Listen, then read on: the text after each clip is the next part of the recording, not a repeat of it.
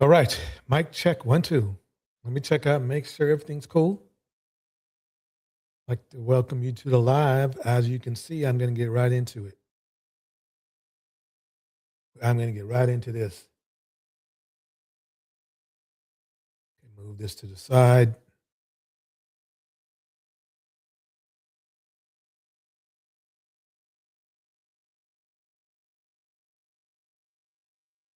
Pop that up there.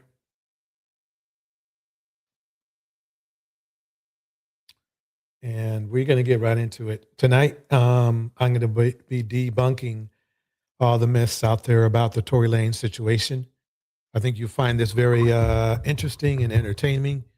Give me 1 second, though. I want to make sure my camera's right. So I'm going to go off stage for a second. Hold on.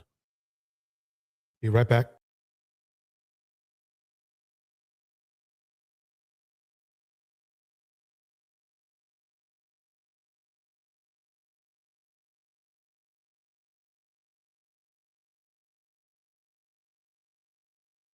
All right.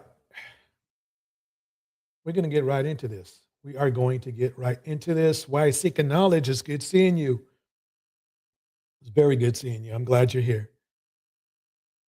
Anyway, I know I should wait for more people to come, but I think everybody has pretty much seen a large portion.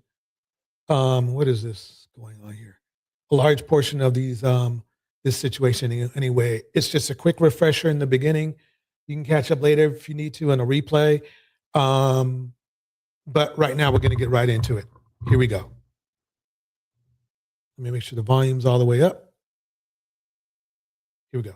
Rapper Torey Lanez has been charged with shooting artist Megan Thee Stallion during an argument. The DA's office says Lanez, whose legal name is Daystar Peterson, shot Megan's feet during an argument in the Hollywood Hills July 12th. The 28-year-old was arrested the night of the shooting, but was released after posting bail. He now faces 2 felony charges and is set to be arraigned Tuesday in LA. If convicted, he faces up to 23 years in prison. Okay, so basically, I just want to give you a quick refresher on the incident we're referring to, which is Megan's foot. You'll notice that I'll be stating Megan's foot because it's the downfall of Tory, not Megan, but her foot, because of the evidence and the implications because of her foot. Tevin's in the house. Why Seeking Knowledge is in the house. Here we go. Back up here, supervisor following possible shooting suspect, Hollywood and Point Canada. Avoid coming. I'm going to pause right there. Fast forward. So one of the first myths is that Tory never shot her or there was never any gunfire. I'm going to be debunking those first. 31, do you have a vehicle description and license plate? Roger, it's going to be a newer Cadillac license plate, John Ocean Union 580.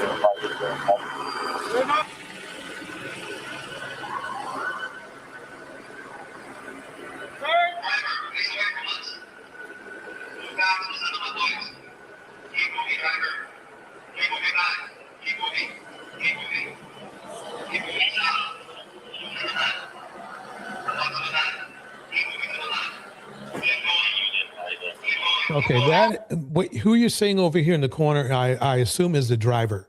The driver. Very interesting situation. He definitely went into no snitch mode.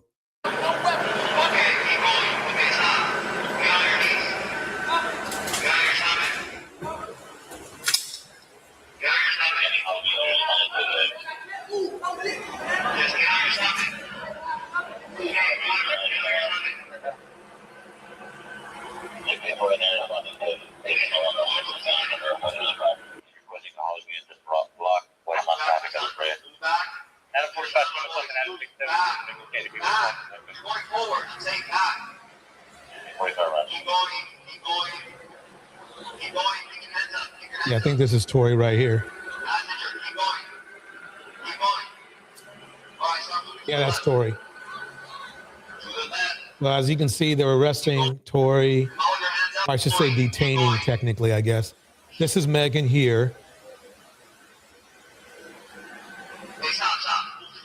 I know it's hard to see, but I'm just really, we're just strumming through it because you can actually see this on multiple news channels.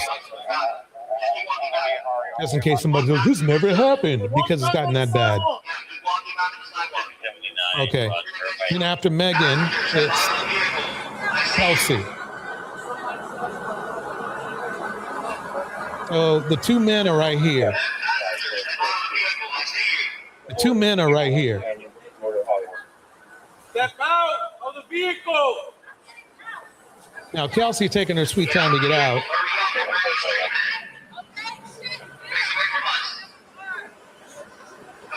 Okay, so here's Kelsey.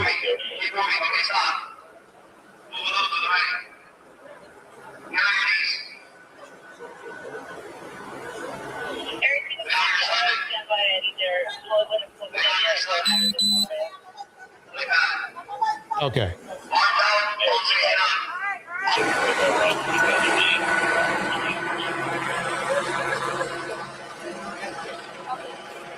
Ladies and gentlemen, this is what so-called leaders of the community can do for you, ladies.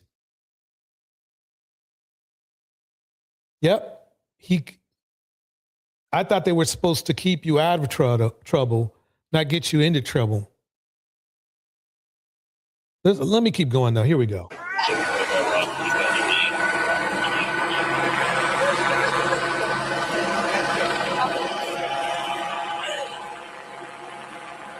So we have the three people right here, and then Megan's over here, and it looks like some of the officers are going over there to help her.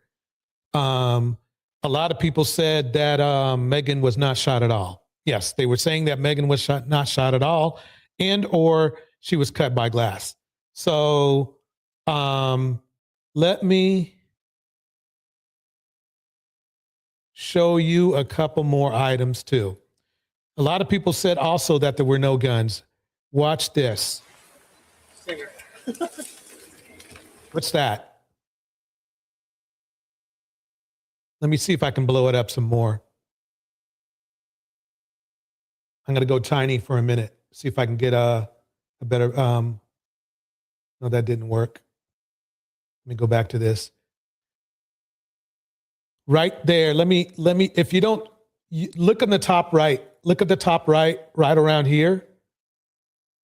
Wait, let me click that. I got a pointer. See where my pointer is? There's the gun, the pew. There's the pew right here. That's the pew. Okay, so for any of those people that were putting out the myth that there was not a pew, there it is right there. That's it. So I don't want to go over around to some of these channels and see you guys talk about there wasn't even a pew. There it is. Passenger side front door. Let's go back just so you guys can see it in context. Here we go. You see something? Yeah, we got. Yeah, it's over here. Raj.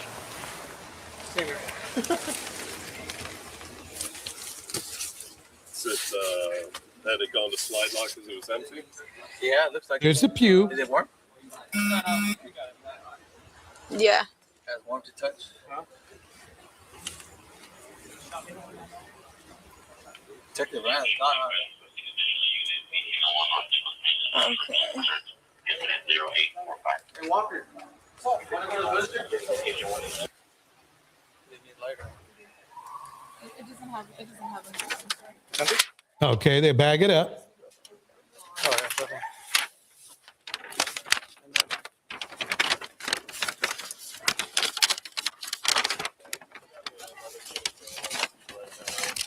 We have got.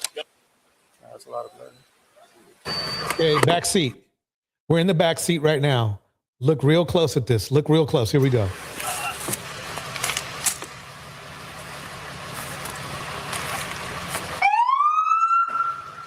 Okay, this is a towel right here. Watch the towel.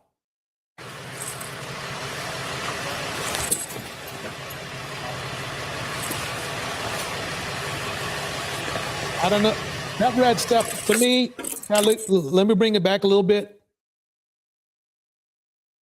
That looks like BLOOD to me.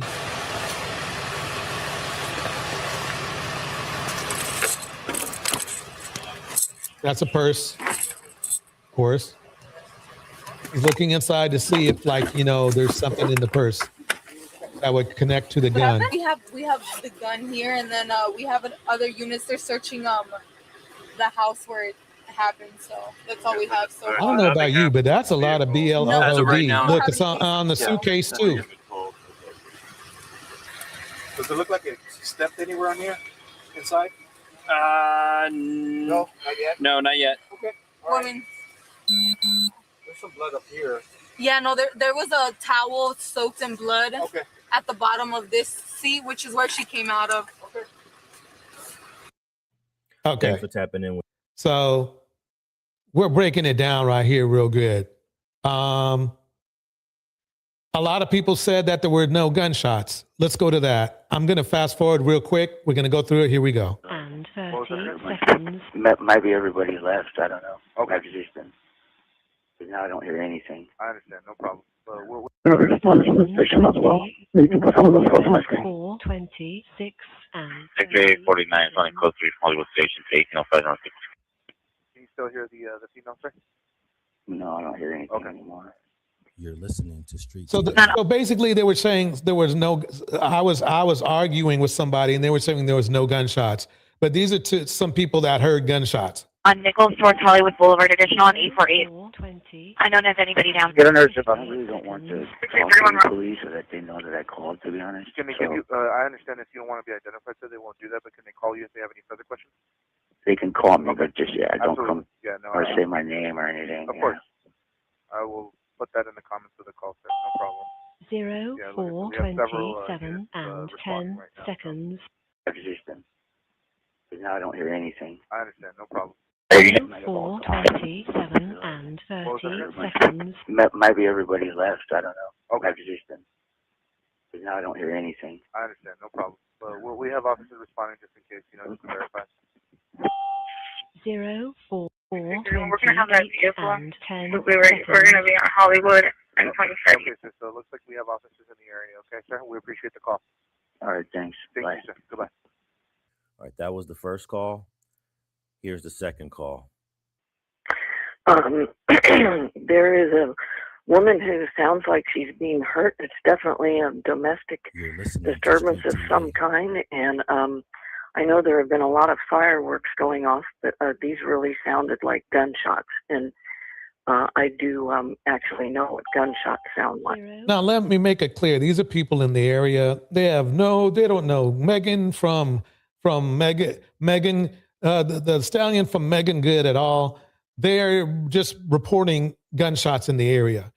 And it really irritated me when I heard people saying that he didn't even shoot a gun or anything, or there wasn't even any gunshots whatsoever at all. 4:26 and 20 It's in Nichols Canyon, but it is north of me. And I guarantee if your officers just drive into Nichols Canyon, they're gonna hear it. It's, 41 seconds. no, do not send cops to my address. Okay, so I need an address or a cross. Well, it's seriously. I mean, come on, man. July 12, Yes, absolutely. If we're gonna You're help listening you to Street locate TV. 04 Okay, well, as I just 27, said, it's in 01 Nichols seconds. Canyon, and I can hear it. I don't know exactly what house it's coming from. Okay, and then you heard of the. Okay, do you know if any? Okay, so this woman attested to or reported, I should say, because she called into the police, that she heard shots and she heard a woman screaming. So this is Megan going to the hospital.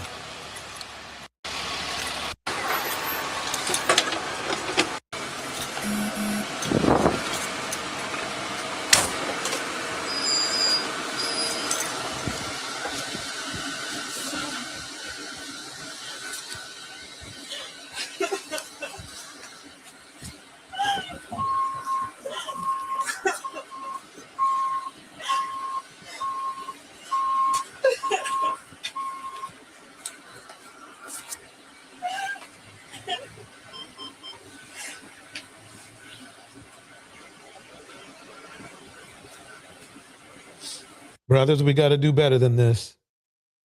If we are the leaders that we claim to be, then why is this situation happening all the time? That's the one thing I need to bring up right now, that this is not a one, it's one of the most famous incidents of this, but unfortunately, this literally happens like 3 to 4 times a day.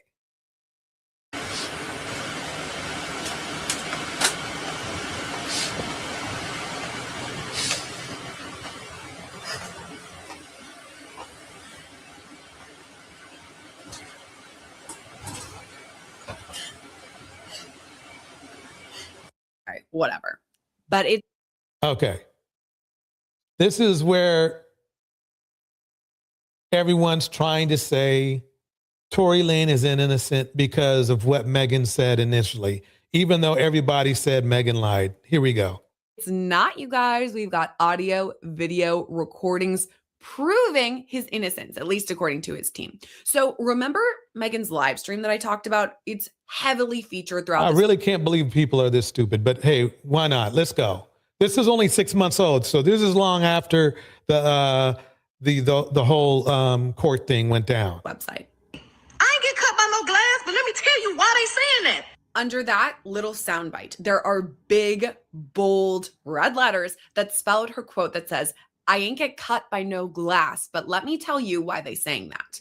Written beneath, why are they saying that? So the website questions the truth, glass or gunshot. And it actually points to several body cams from the night of the shooting. First, here's Megan saying she was not shot. Ma'am, do you think we're gonna go to jail? What's that? Do you think we're gonna go to jail? I don't know. We're trying to figure it all out. As long as you guys cooperate with us and you guys tell us what happened, we'll go accordingly, okay? But if you guys are not telling us, if you guys are, then I really cannot go to jail. Okay. I cannot have Megan, the best way not to go to jail is don't hang out with men who go to jail. that on my image. Okay. So how did that happen to you? Glass? Where? Where are you coming from? Hey, can you shoot? And Megan, bless her heart, tried to lie for old Tory.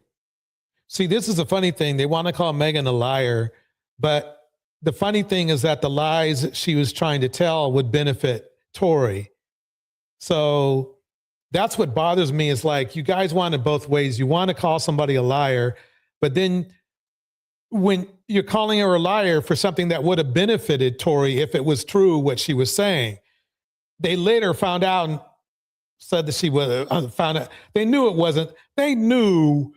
See, the thing is a lot of people think they can fool law enforcement. They know. They've seen this shit over and over again, years and years. After about 5 or 6 years of seeing stuff like this, they know. They pretty much know how shit went down. It's just a matter of trying to prove it from that point on. Let's keep it going. Here we go. I'm not from here, so okay.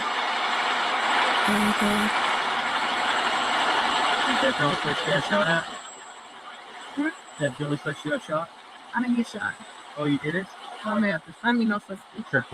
Another body camera recording shows first responders, and they're talking about Megan, saying they think she stepped on the glass. Any evidence of any shooting or anything? That's how we got dispatched. Well, we have the gun here, and then we have other units. They're searching the house where it happened. So that's all we have so far. So nothing happened in the vehicle. No, we don't have any casings. No. Okay, from what you've been told. And then there's some cash over. Looks like. Was the person who got caught with the other people here that you have in handcuffs? Were they all together? They were all together. Yes, they were all in the same car. Okay. And then, do we know how she got cut? I believe when she stepped down, there's a glass. She dropped a glass bottle, and then I think she stepped on it and cut herself. And getting out of the vehicle. Okay. Another body cam seems to show a glass bottle on the ground. There's also blood. It's like a bloody footprint, which we are blurring, covering because we can't have that shown, but that's what that is. It's right down Florida. Multiple videos show first responders. Wait, let me go back. Let me show you the glass bottle first of all.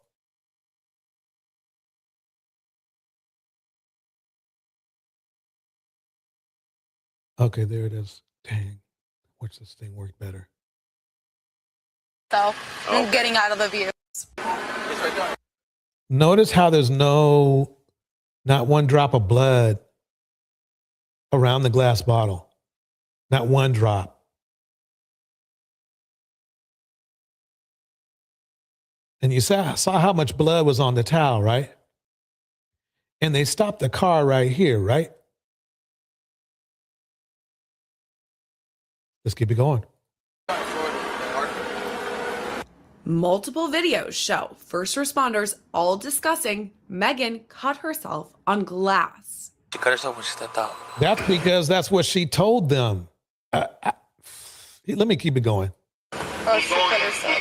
Now back to Megan's live stream. She also criticizes police in all of this. I get to the hospital, the police being so rude to me. Well, what's going on? Like, da-da-da-da, you're being detained, da-da-da. Ma'am, I'm being detained, I'm leaking, but I'm still not saying what happened. Crazy. There's also big, bold, underlined letters. What did Megan say happened in the hospital? Well, don't worry, there's a video.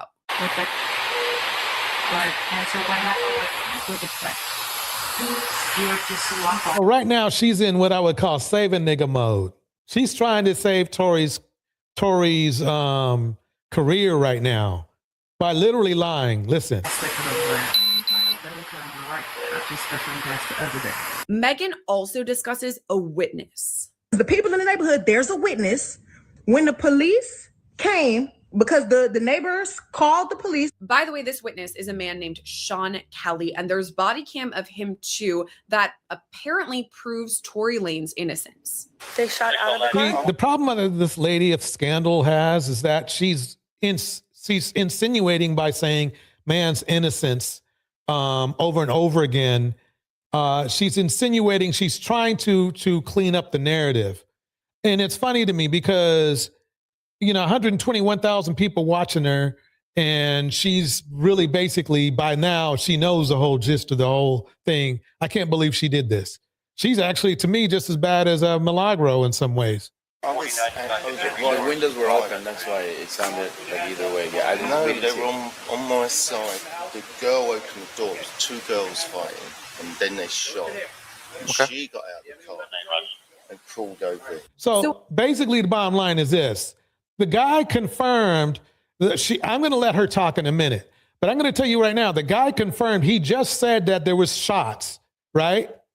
So what this woman right here is trying to say is that it was the glass that hurt Megan. The problem is that she did not explain the shots. She did not explain the fact that the guns were, that the witness that she's touting,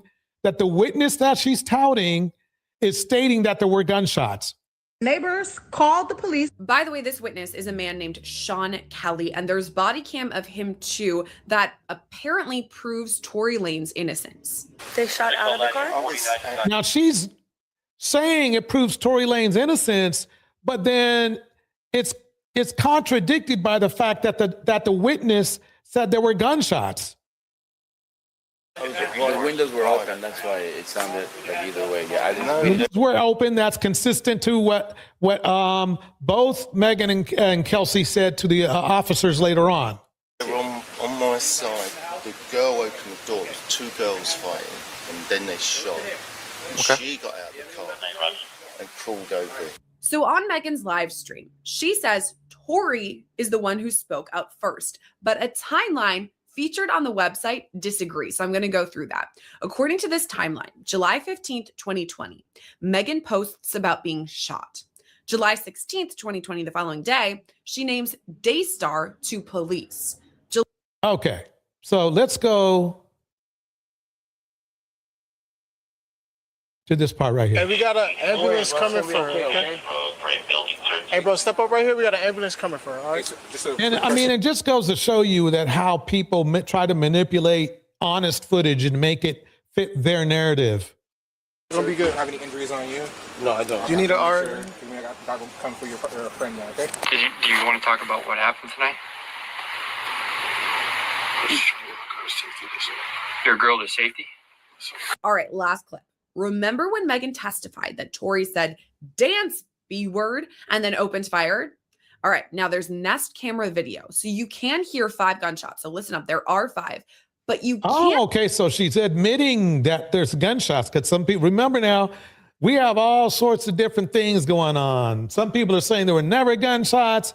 Some people are saying they were never there. Megan was never shot. Let's keep it going. Can't hear anyone saying dance, like commanding it.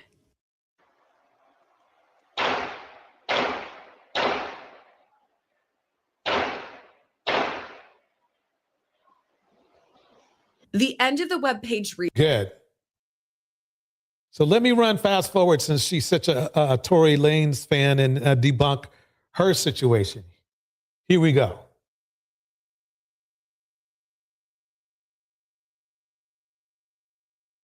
Let's go here. Megan. Okay. I'm getting to the good part. Just in the back seat. And then I guess she realizes that she had left a slipper, a Louis Vuitton slide that she wears. Now, what I've done here is I've truncated it. I've removed basically just the stuff about how they got around that. You can grab that on Megan Cuniff's channel if you want to see the whole thing. But listen closely to this because I want to get to the meat of the matter, which is what happens. Then immediately they rush out. Everybody rushes out. Who's everybody? Okay. Tory, Quan, Megan. Kylie, she comes out, but she stays on her porch. Okay, they're about to leave Kylie's house right now. Here we go. On her door entry. So Megan jumps back in the front seat. Tory gets in the car, which is now he's behind Quan. He's behind the driver. I'm still behind the front passenger. And Megan says, sorry, I got to cuss. But she says, bitch. Kylie said, we got to get the fuck out of here. And I was like, what? Like, why? And so Quan was like, they were in their argument, I guess, Tory and Megan. And so what they were arguing about, I don't know. So it was kind of like, whoa, okay. And now we're leaving. And so Megan's in the front, Quan's driving, you're in the back seat behind Quan. Megan. Or behind Megan, and Tory's behind Quan. Correct. Okay. So we're leaving, we're driving, going down the road. Megan is laughing still. It's like an uncontrollable laugh. And just out of curiosity, I want to know what's funny. So I'm like, what is funny? Like, what is going on? And that's when Tory butts in, and he's like, yeah, Megan, why don't you tell your best friend what's so funny? Why don't you tell her how fake you are? And now that is what you would call a witch ass Negro move to snitch, on your side, on technically your side chick. So I just wanted to point that out to show you the type of character this dude has. Because, don't get me wrong. What Megan did was wrong. She shouldn't have, if that was her, Kelsey's dude, really, quite honestly, he probably wasn't anybody's dude, but he led Kelsey to believe he was, then she should have not messed with him. That's just proper etiquette. But he's also showing why he's a mess as well. And so I'm confused because this was random. And so I said, what? Like, what are you talking about? And Megan's like, Kelsey, don't listen to him. He's just trying to make you mad. And so I'm like, what are you talking about? And, next thing you know, the arguing, began with Tory and Megan. They're arguing, they're taking jabs at each other. He's calling her out her name. He's calling her, like, I've never heard him speak like this, so. The stuff he was saying? I can't honestly recall, like, verbatim. He was definitely calling What a her, gentleman. What a gentleman. I thought he said he doesn't abuse women. Sounds like, though, he was verbally abusing her to me, doesn't it? To sound like he's verbally abusing her? That's very interesting. Now, let's remember now, he just recently said he doesn't verbally abuse women. Watch this. like, bitches and hoes. And so, I stepped in and I said, you're not going to talk to my friend like that. Like, I don't care what y'all got going on, but you're not going to talk to her like that in front of me. So he got offended, and now me and him are arguing. And we're taking, honestly, when I argue, I can say things that are hurtful too. So he was saying mean things, so I was saying mean things back to him. And do you remember any of the exchange? He sounds like he's logical right now, doesn't he, gentlemen? Sounds like, yeah, he's very logical. He's insulting women. He's being disrespectful to women. We haven't even gotten to the pew yet. At this point in time, Kelsey's just telling the whole event. Let's keep it going. Let's see what else happens. Let's see how nice of a guy, Tory really is. Let's see. I'm about to get to what I do remember. He began to say, I'm from, he just started I'm from Canada, basically, I guess insinuating that they're gangsters or something. I don't know. I'm from Canada, my nigga. Do you know? And I'm like, okay, and so dudes that call women, masculine names. I think they got I think they got a sexuality thing going on. That's what I think. You know what I mean? Here we go. Now we're just going back and forth. It's like I'm going back and forth with him. He's going back and forth with Megan. He said, my nigga, I'll shoot you. And right there, that's more time right there. He's acting like these women are dudes. I don't see anything right here. If we were just going on, there's a legal meter, a legal meter and a moral meter. And they're both going down this way. Let me keep it going. And so He said that to you? He said that to me. So he reached he was going to grab something. He reached towards the middle console. What a gentleman. Notice that he reached toward the center console. Okay. Remember, they were trying to say that Kelsey had the gun in her purse. Keep listening. Here we go. But he never pulled anything out. Now, can you describe the middle console on the car? There's I assume some type of flat cover or a lid. Correct. And then when he reached towards it, you just saw what? His hand moving? Yeah, it was just a motion that he reached. He never opened it or, so it was just a motion. Mm-hmm. So I was like, okay, and if you shoot me, then I guess it's my time to go, and if you shoot me, just know I have people who will ride behind me, in my support, and he's like, he's just talking mess still. Him and Megan. Right? Just that part right there, ladies and gentlemen. How would you want somebody like this out on the streets?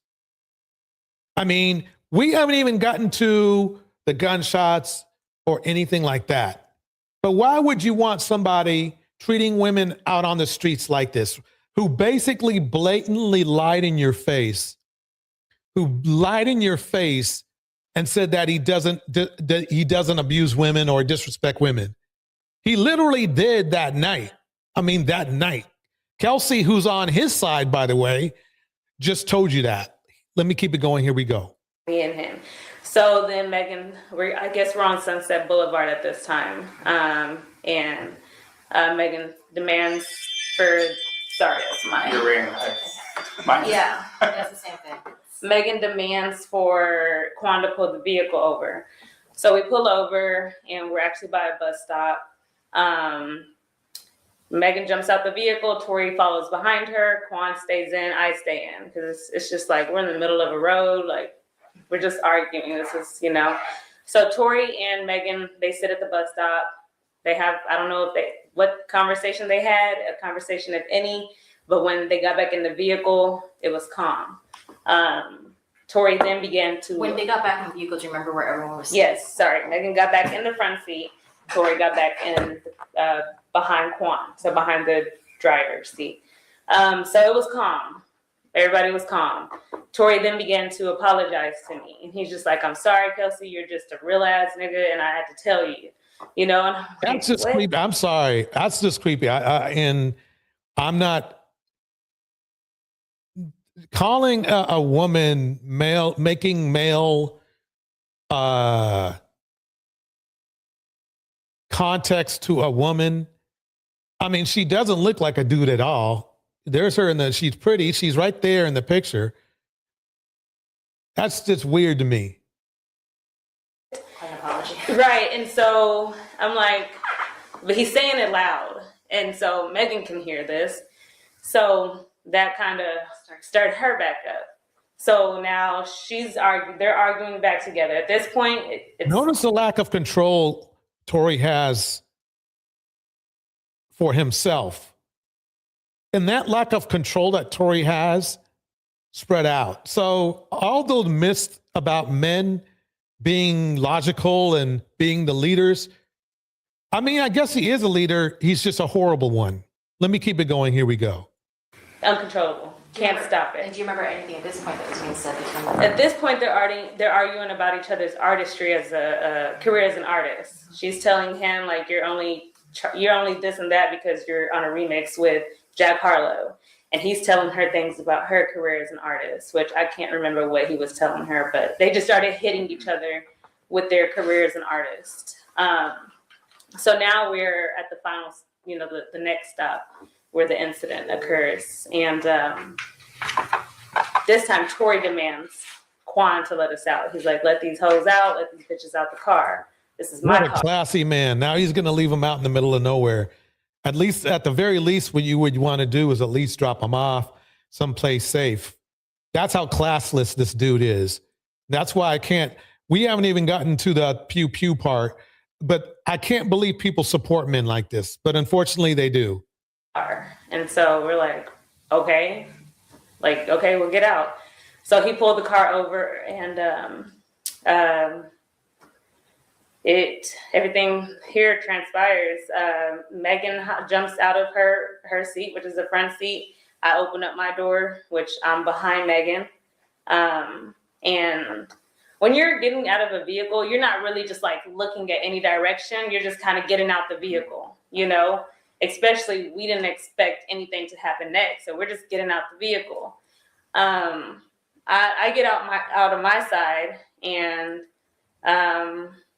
no sooner do you you start hearing gunshots going off. Okay, so there we go again. So the witnesses heard gunshots. I mean, the 911 witnesses heard gunshots. The police, the witnesses report that there were gunshots. I think we got the gunshot part out of the way. So let's keep it going. Here we go. I look up about it was 5 gunshots. I look up maybe. And that matches what the witnesses said, by the way. 5 pew releases. Okay, so we got that out of the way. The second and third gunshot, that's when I look up. And you see Tory. He's now in the front seat. He moved to the front seat. He probably scooted his little self up there. He must have jumped over. It was very smooth transition because we didn't hear it. I didn't hear it. And he's leaning over. The door is open, and he's leaning over like the window. Which door? Is it the rear door? The front right. So where Megan was sitting. Okay, so his door's open. My door's open in the back, and the front door is open to where Megan got out. The front right passenger. Both doors on the passenger side are open. Correct. So. And is he shooting through the window or over the top of the door? No, he's shooting over the top of the door. So over the top of the door would be the rear passenger door. The right front passenger. Notice how notice this is how they know she was telling the truth. Wow, the detectives did a great job. Notice how they purposely tried to ask her a wrong question, but she corrected them because she is telling them exactly what went down. You guys got to applaud them for that. What they were doing. See, people who tell lies, they might have gone, no, the door was closed. They'll say anything because they're trying to fabricate something. Somebody who's trying to just tell facts, they will correct you. Let me keep going. Here we go. So again, as I said, he must have jumped, or I don't know how he did it because it was very small. I mean, very smooth. And he was leaning over the front passenger door, and you know she was shooting the gun. Where were you standing at this point? At this point, I'm standing kind of like my body's still like to the side behind the door, the rear passenger door. So I would say like my left side was the rear passenger, and my right side was kind of like this. Like this is the door, and I'm. Are you still partially in the car at this point? No, I'm out of the vehicle. I'm out of the vehicle. I'm just not around my door yet. Yeah. So do you know where's Megan? So I was about to speak on Megan. So she was walking away when this happened, but by the third, fourth shot, and by the time I look up, she's facing towards us, and I've described it like a deer in headlights. Mm-hmm. I'm short. I'm 4'11". The vehicle is kind of a little raised up higher than me, so I can't really see. I can only see from her chest up. That's all I can see. But the way Tory was angling the gun is kind of like, it wasn't like straight. It was like, down. Mm-hmm. It was down in her direction? Definitely in her direction. Definitely in her direction. This testimony right here is pretty much what sunk Tory. You guys can make up all the myths and everything, or you can make up stories, but at the end of the day, her testimony made at this day and time, prior to, I guess, the court thing, the court when she was supposed to testify in court. It is about as corroborate. There is a lot of corroboration going on here. The amount of shots taken was confirmed at 5. The vehicle was confirmed. The fact that there's a gun is confirmed. The fact that there were G shots is confirmed. The fact that it was coming from a little man is confirmed. It was a done deal. We'll keep going. We'll keep going though. Let's see. So at that point, we kind of were in shock, Did you hear him say anything as he was shooting? He did not say anything. Okay. There was no words at that point, What was Quan doing? Could you tell? I think everybody was in shock. Okay, so he wasn't. He wasn't part even of it. at this point right here. He wasn't part of this. What I'm about to get into next. I can't tell you guys where Tory pulled the gun from. Like I said, the motion when he first threatened me was middle console, but I don't know if that's where the gun was. But you had said he referenced like shooting y'all earlier while you're in the car, right? He threatened to shoot me. As if he had a gun in his control somewhere. Correct. Okay. And so after the shots rang, it was like I said, 5 shots. We kind of froze, and by the time I get back into I snapped. Megan had either crawled or walked or limped over to. She's in a driveway. She's in a driveway on the side of the driver's side. She's in a driveway. Tory sits down. In the front passenger seat? In the front passenger seat. Okay. He's sitting. I guess just kind of shocked also. Now let me say this. Let's say somehow she did step on glass.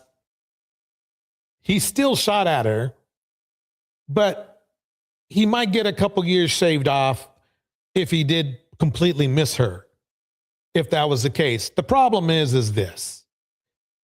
When they get to the hospital, they find metal in Megan's foot, not glass. So I run over to her. I immediately ran to her. She's the forefront of my thoughts. My job as a friend in general is just naturally is to protect my friend, protect. So now I'm in defense mode on the behalf of Megan. I ran to her. She's on the floor. I never looked at her feet. I never really just got to look at her. I just know when I ran to her and she grabbed me, she had blood. So in my head, she had got shot because shots just went off and she's bleeding. That's what I think. So I see Tory coming around the vehicle. It's dark, lights are flat, hitting him. It's almost like a scary scene. So again, I'm in defense mode. I see him coming around the vehicle, and in my head, I'm thinking he's about to come over here and attack us. Do you see whether or not when he's coming around the vehicle if he still has the gun? I don't believe he had the gun. Okay. So like I said, I just thought he was coming over to attack us. So I stepped in between where he was coming to where Megan was, and at that Remember now, in his recent video, he claimed that he doesn't attack women. point, that's when the assault between me and him happened. He assaulted me. There we go. And Quan then comes he just comes and he picks me up like a little doll. And he's like, Kelsey, they do this all the time. And I said, huh? She's bleeding. She's Wait a minute. So he abuses women all the time? been shot. I don't know if y'all know she's shot. By that time, he's already to where Megan's at. So I don't know what goes on in that driveway. Who comes towards Megan? Is that Quan or Tory? So initially, Tory comes, Yeah. and that's where I stepped in, and we had an altercation. He physically assaulted me, and then Quan came and separated him from What me. exactly did he do when he was assaulting you? I mean, everything. My adrenaline was so high. I don't know if he was hitting me with a closed fist or slapping me. It was just a physical altercation. Were you wearing a necklace? Wow. I mean, this dude is a piece of work. I was, and I'm gonna go to that part too. Now Tory's in the driveway with Megan. Quan is holding me. Like I said, he's big. He just picked me up and said, "They do this all the time, Kelsey." And I said, "Huh? No, like she's bleeding. She's been shot, to my knowledge." And so I'm still in defense mode. I'm still in, I gotta protect her. Yeah. So I look up and I see the vehicle is in the middle of the road and it's on, the door is open. So my initial reaction is to cause a distraction. And I jumped into the vehicle and I threw it in jerk. And it worked. What does that mean? I just jerked it, made it move. Okay. Made it move just to get him away from Megan. Because in my head, I'm thinking he's over here gonna just attack. So you got in the driver's seat of the car and moved it. And I jerked. I made it jerk. Okay. I didn't even move it. Didn't even drive. I just made it jerk. Okay. And so when I did that, it did exactly what I needed it to do, get Tory away from Megan. And so I don't know how he got to the vehicle. I don't know if he ran or walked, but he got to me really quick. And that's when he started pulling me by my hair. He was pulling me by my hair really hard. And again, I wasn't afraid for my life when the incident was going on with Megan. I was in defense mode. What a classy guy. And you guys want to defend this dude. We established that part of it. Hold on one second. Right. There we go. Okay.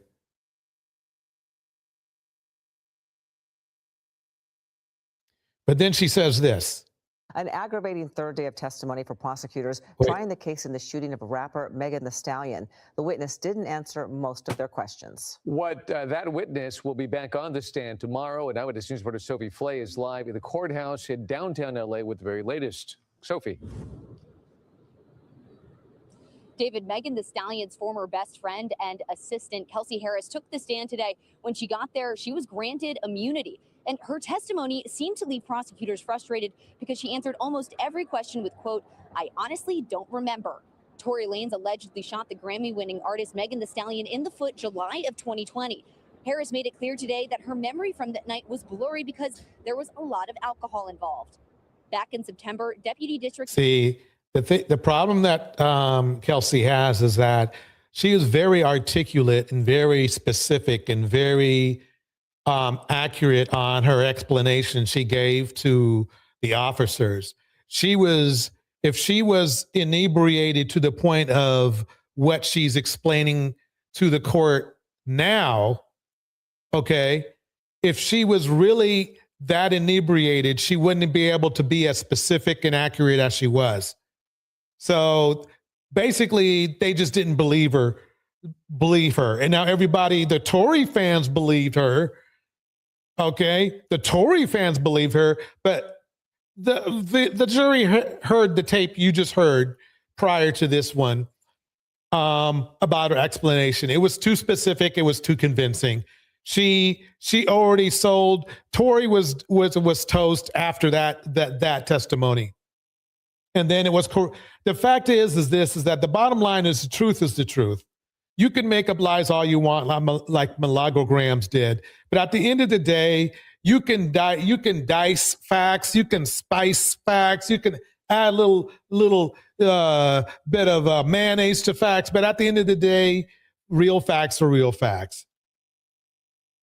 What they do is they just line everything up. They got the 5 pew shots that they wanted.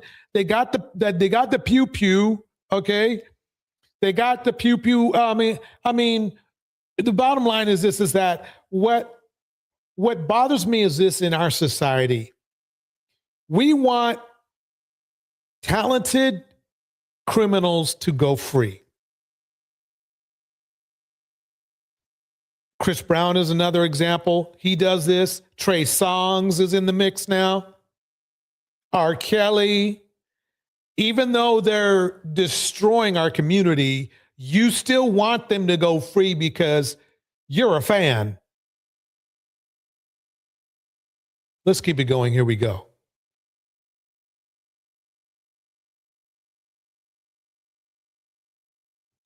This is a free call from Tory? an inmate at LAPD jail. So this is Tory calling Kelsey after the event. This call is subject to recording and monitoring. Press 1 to accept the call. To deny this call, thank you for using Telmate. Hello? Hey. Y'all got out safe and everything? Huh? Y'all got out and everything out good? To me, this is kind of like witness tampering to me, but let's keep it going. I mean, there's probably some technicality that they just said, but this is probably why she changed your tune in court. From the hospital. I'm outside the hospital. What hospital y'all at? About what? You said what? You're listening to Street I TV. said Megan's in the hospital still. I'm outside the hospital waiting. What hospital are you at? I don't know. Let me see. She knows what hospital she's at. She doesn't want to tell him where they are because, you know, she knows what he's capable of. Cedar, something like that. Cedar. You know, bro. Sure. I know she pregnant. Ladies and gentlemen, I need to remind you that if a shooting suspect, you should not tell them where you are. I'm just going to throw it out like that. Ever gonna talk to me ever again? But, bruh, I just want you to know, bruh. Nigga, I was just so fucking drunk, nigga. I didn't even know what the fuck was going on. How does see? Never mind. That ass. I didn't even know what the fuck was going on, bro. Like that ass, nigga. I'd never do some shit like that, bro. Just that, nigga, I was so fucking drunk, nigga. I just didn't even understand what the fuck was going on, bro. Like, so whatever. Yeah. But you know, regardless, that's not gonna make anything right. And shout out to Miss Alto in the house, Tevin in the house, Why Seeking Knowledge in the house. Appreciate y'all being here. Here we go. And that's not gonna make my actions right, bro. But I'm just deeply sorry, bro. I never even moved like that, bro. Like, never moved like that at all, bro. Like, for real, dog. I know. There's a lot that happens, but a whole lot, bro. Like, a whole lot, bro. I feel crazy, bro. But in this day, like, what happened already, bro. I can't take it back, bro. I'm just telling y'all, I'm sorry, bro. Like, you're listening. This tape didn't help him either. I'm sure they played this in court. This tape did not help him either. He sounds guilty AF. To Street TV. I think it was just too drunk, bro. You know what I'm saying? When I got to the house, shorty, like, all top niggas, they gave me like 5 shots, like off the door, like, you feel me? So I was out of there, like. Well, he's trying to say that it was the the alcohol that made him do what he did. But the funny thing is this, is that if that was the case, then why did he get into that situation with Augustina later? I mean, during the proceedings, he got into something with Augustina. He's just a violent dude. That's just what it is. I wasn't even there with niggas like, you feel me? We was taking shots past that time. I wasn't even there with niggas like, bro. I don't even remember what we was even arguing about, bro. Like, you feel me? Like, Yeah, no, I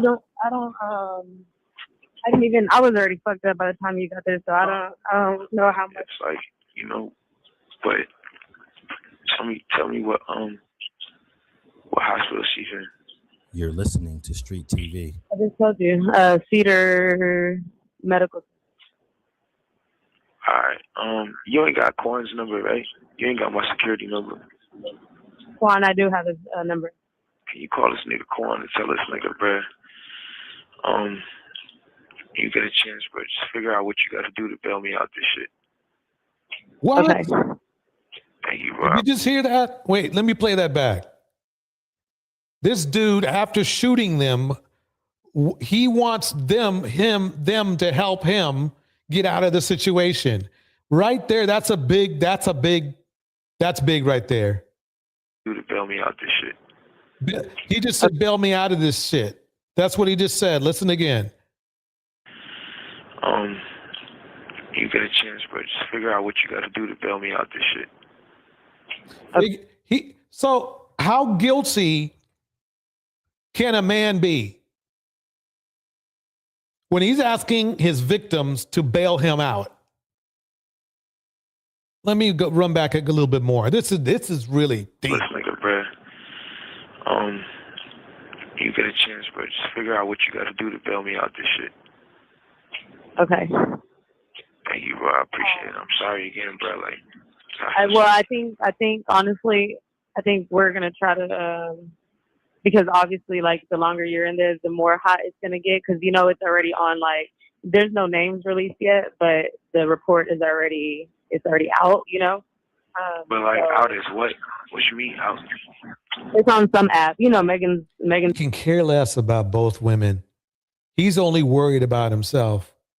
If anything, the only thing he should have done is consult her and said, whatever. He is so selfish about himself that he put these women's lives at jeopardy and now wants them to bail him out. You would think at least, where's your papa at, bro? Where's Pops at? Have him bail you out. Hopefully he won't kick you out again, but that happened a long time ago. That was as low. You know what I mean, though, bro. I mean, come on. Megan's team is on top of this. So, yeah, but like niggas don't. There's no way that Megan's on like the thing. What'd you say? There's no way that Megan's like on the thing. You're listening to Street TV. No.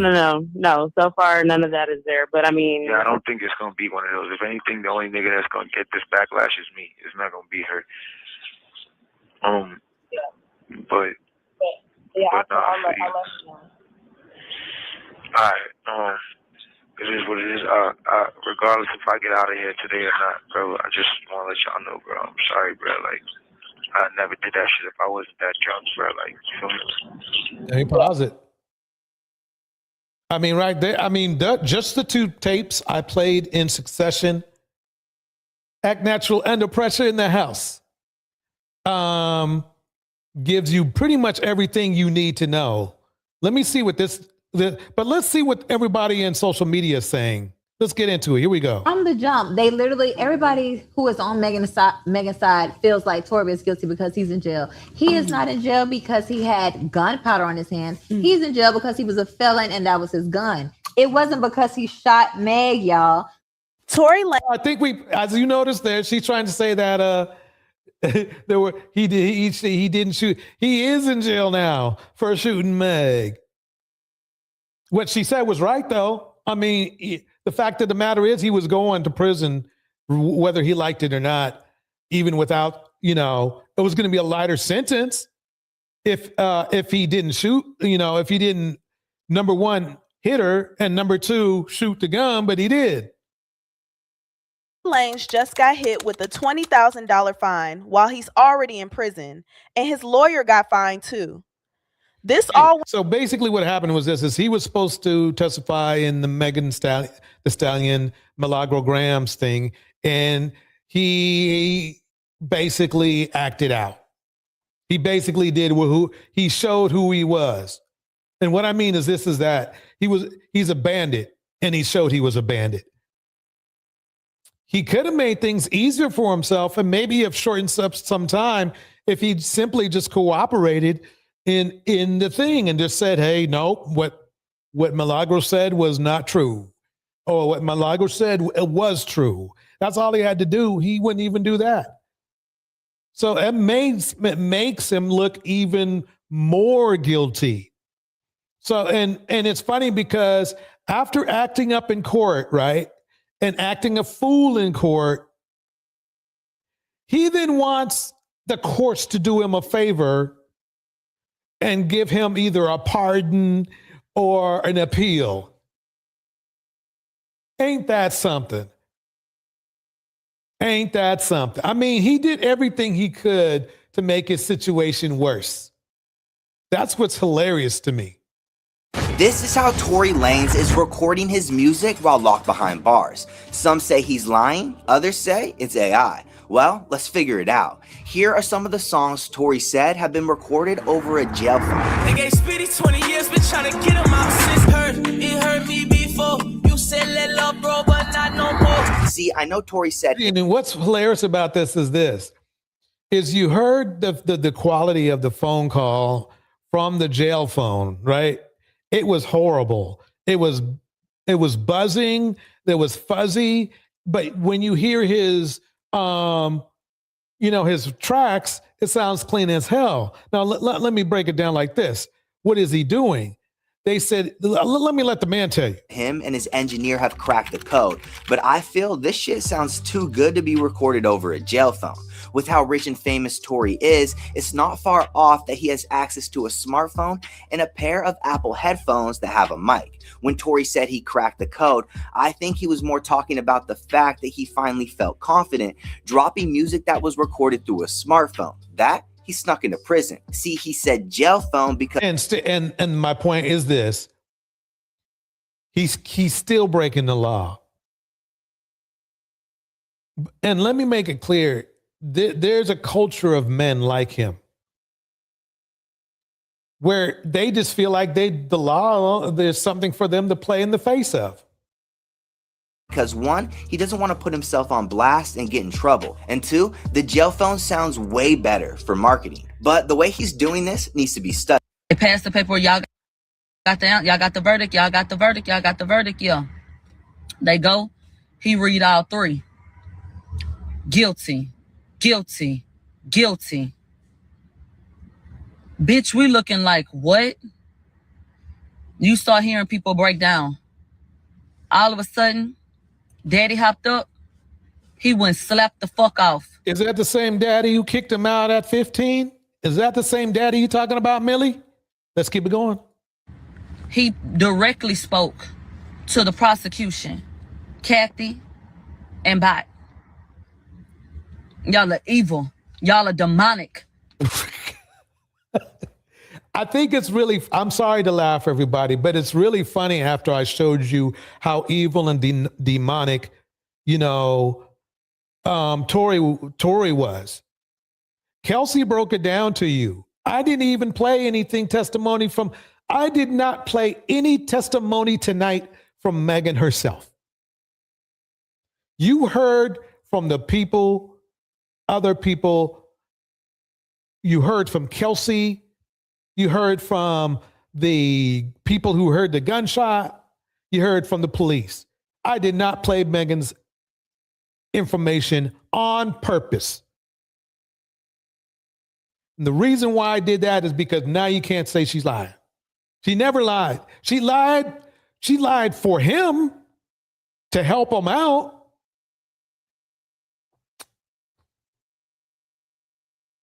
But y'all want to twist the truth. They're not evil. The prosecution did their job. We don't want men like Tory in the neighborhood. After he gets out, send him back to Canada, and he can be famous over there. Him and the other dude, they can make records together and shit. They don't need to be over here. Canada is beautiful. Send his ass back over to Canada. Canada is beautiful. It is really a gorgeous country. He does not need to be here. He is not going to be downgraded at all. Send him back over there. We don't have time for his kind. Tory, this woman has a nerve. You know something? I know this is, if anybody's evil, it's Millagro, and I'll tell you why. She knows the truth. If she says she's either really stupid or really evil, I'm sorry, it's one of the two. She knows how to put one and one together. And look, as soon as Tory was done with her, he's done with her. If you saw my last thing on Millagro Gramz, you'll find out. He tossed her aside.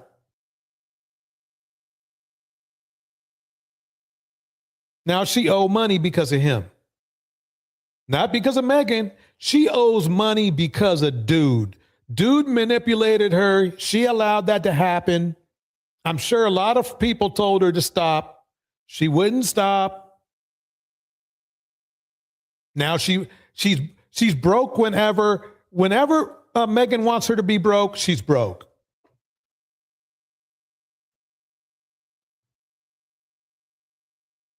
If it just ends up being like what, $60,000, she's still broke. She ain't got no $60,000 because she attested to saying she was broke. A lot of people, oh no, Millie making that money, she might have $60,000. Might have more money than me. But as soon as if Megan waves her wand and says, I need a collection, she broke. Millagro broke. If so, Cloud is better, apparently. But Act Natural and Predator, I bet I want to go to Canada this spring. Yep. I said what I said in the house. It's good seeing you. It's great seeing you. So yeah, I mean, that's the funny thing is this, is like, dude is guilty. I played the tapes back as best, as articulately as I could. I played Kelsey, both times where what she said to the investigators, and then what she said in court. We heard from Tory. Let's listen let's listen to what Tory was saying. Hold on one second.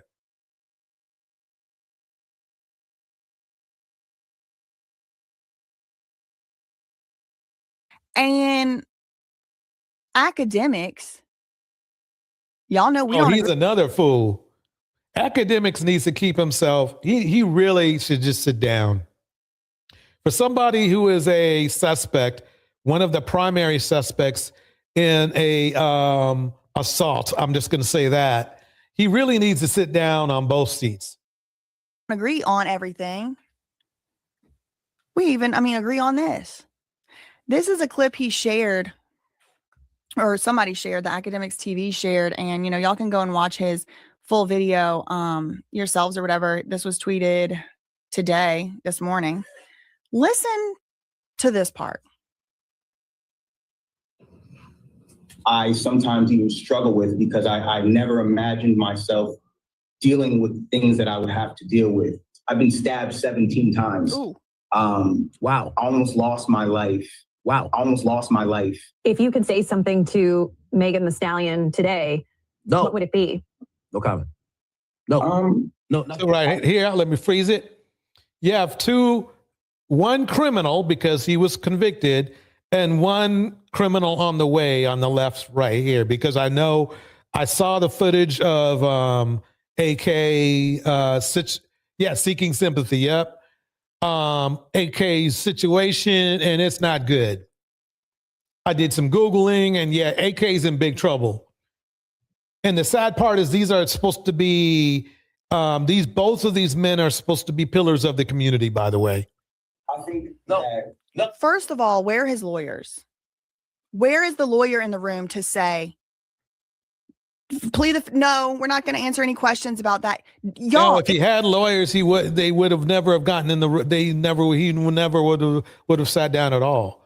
This went really south for him. Everybody, it's freaking common knowledge. He has a restraining order from speaking to her. Millagro just now got held liable for imaginary, maybe even speaking to him. And now we have Chloe freaking Malos on NBC. Now that Supreme Witness, you come on now. I'm sure you gotta be waking up, Supreme Witness. You know there's something wrong here, right? You know that everything that Tory said ain't exactly accurate. I know you went 10 toes down for him or whatever. Why, I don't know, but is he really behaving like an innocent man? I think that's what you were trying to be concerned about, is when you said Tory messed up. He didn't mess up. This is the real him. What the mess up was thinking that he was innocent. Asking Torey Lanez to speak directly to someone who he is not legally allowed, there's not legal advice, he's not allowed to speak directly to her. So why is this sparse hairline mockingbird shill asking him to do so? And here, no, and what's he it's like this. I am telling you, Supreme Witness, look, I'm telling you, they got him good. They got him good. Now he never getting out. And you know it, and I know it. You know it, and I know it. He botched it all up. Let me shut up for a minute. Let you cook. Here we go. Here is where I would like to make my point. We are going to see my theory that this was a setup and something was wrong with it and he should not have done this interview. We're going to see it very soon. I predict. Well, the thing is that's the only problem though. It's like he fell into it. He's got lawyers and shit. I'm sure they called him before it. He set himself up.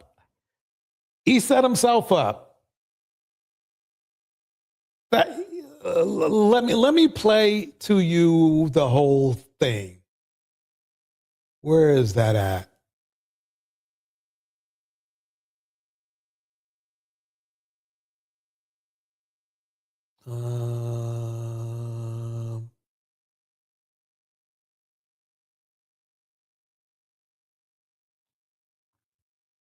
Where is it at?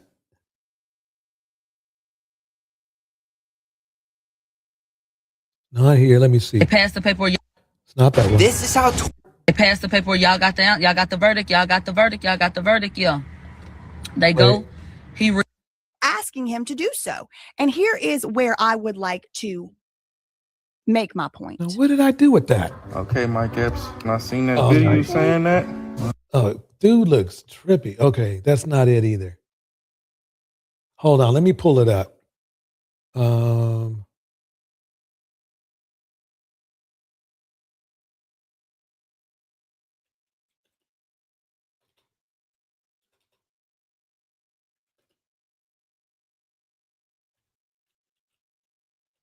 Give me a second. Here we go. Wait. Okay, wait, hold on. Let me get this going. Here we go. Tonight, rapper Tory Lanez breaking his silence in his first ever broadcast interview from behind bars since being found guilty of shooting Grammy winner Megan Thee Stallion in the foot outside a party in 2020. I've never been violent towards a woman. I would never. He just lied right there. According to what Kelsey's testimony was, he just lied right there. Listen to that one more time. I couldn't even play the first 10 seconds before he lied. Listen to this. outside a party in 2020. I've never been violent towards women. I've never been violent towards women. That's what he said. But Kelsey proved otherwise. Megan's foot proved otherwise. Let me keep it going. Here we go. Would never hit a woman, let alone shoot a woman. Lanez, whose real name is Daystar Peterson, spoke to NBC News from California Men's Colony, a prison where he's 3 years into a 10-year sentence after being found guilty on 3 felony counts, including assault with a semi-automatic firearm. There is definitely a very big misconception about me that seems to the public as I'm this monster. And I feel like I was. Yeah, I mean, pretty much. I mean, it's not the public. It's what Kelsey said to the courts. That, I mean, the thing is, Kelsey was not trying to get Tory convicted. She was just telling the truth to authorities. And those facts and that truth put you in prison, bro. Catapulted into this poster child for the unprotection of Black women. And it's just. And it perfectly fits. Unfortunately, you're not the poster child. Unfortunately, you're not. Because you're one of many men, unfortunately, in our community. So unlike me. And I've never really had a chance to express that. But you can look at my criminal record. I don't have one. Yeah, how about that situation where in 2017, bro? Or even in 2022, after the courts, why did you beat up August Alsina, man? Sorry, I mean, if you said for us to look, and I looked, bro. You said, let me read off my list here. Okay, early childhood. Tory Lanez was born in Brampton, Ontario, Canada, right? Because he's Canadian, right? His mother passed away at 11 years old, and afterward, his father became an ordained minister, right? Around 14, 15, because of behavior issues, okay, he was sent to live with his relatives, his grandmother, not his father. Remember, I put Tory's father in the most involved fathers. You want to know why? Because of this. Listen to this. His grandmother refused to care for him, which left him effectively on his own around 15. So his father kicked him out, sent him to his grandmother, right? And he was so about it that she kicked him out too. That's how bad he is. He's always been bad. Just because he hasn't been in prison doesn't mean he didn't mean that he ain't bad. I'm reading it right out here. This is all the Wikipedia you can get. After that, he ended up living with older guys he didn't really know. And he had to fend for himself from about 15 to 18, which he later described as very challenging period, I would say. But I feel bad for him that he went through all this. But at the same time, all right, Deontay in the house. At the same time, no one deserves his wrath. No one deserves his wrath. No one deserves to be treated and pew-pewed at and hair pulled back and stuff and then lied on. Nobody deserves your wrath, bro. And if he gets out, I guarantee you he'll go right back to doing it. I guarantee you he will go right back to doing it.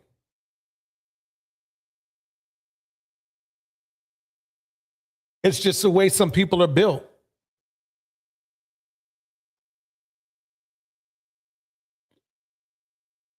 The best and nicest thing I could say is that he's technically unstable.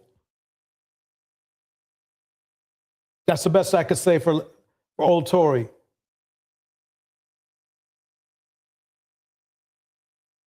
Let me put some. Here we go.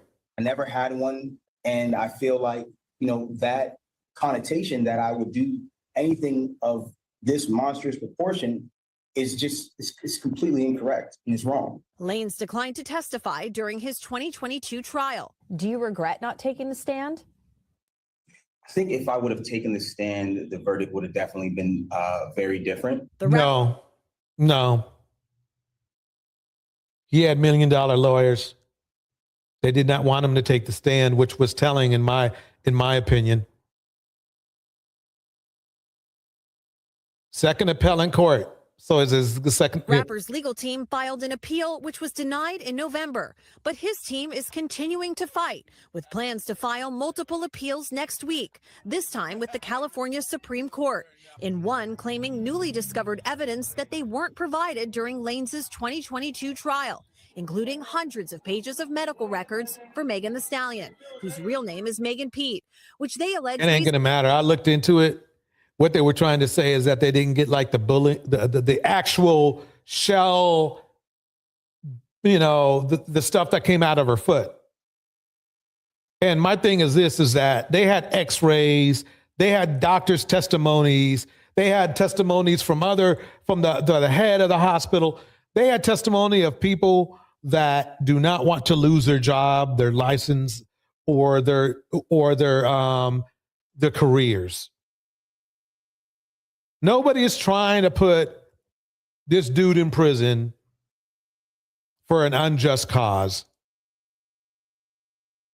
He's in prison because he belonged there. He could have been in prison for what he did to August. He earned himself a seat in the correctional facility. He earned it.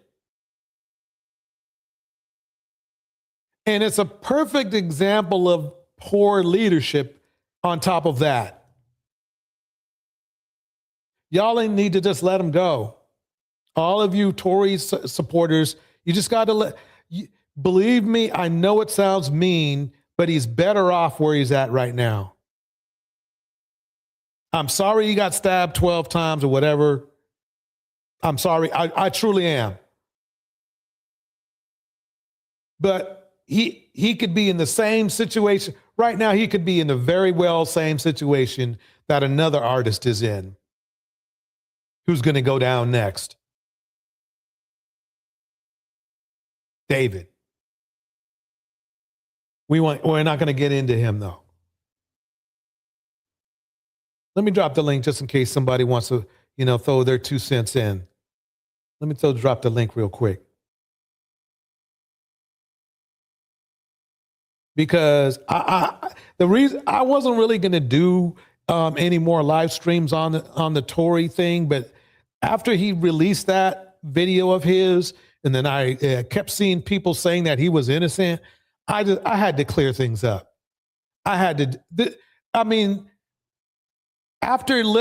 can you even believe anything the defense was saying after you listen to Kelsey's testimony, which was about as perfect as can be?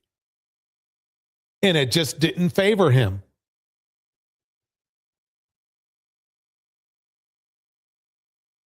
He's the one who threatened. He threatened Kelsey's life, and he threatened Megan's life.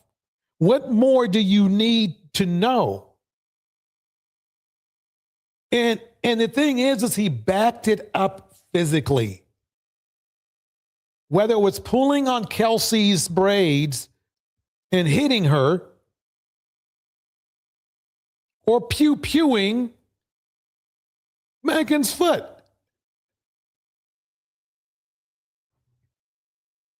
I don't know there's not much more to say. Let me tell you, let me break this down to August Alsina thing. September 22, August Alsina posted photos of himself with a bloody mouth and other injuries, claiming that Torey Lanez, struck him backstage after a show in Chicago. Now, what's your excuse for that? You know what's funny is you never hear any of the Tory fans talking about that. And you never do, because you want to know why? Because, oh, Tory's just the sweetest guy out there. He couldn't hurt nobody. He beating up other grown men and shit.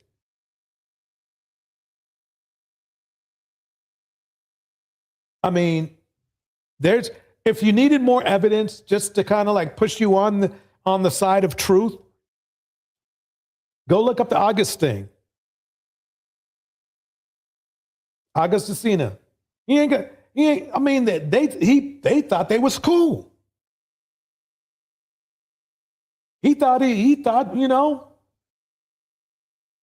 yeah.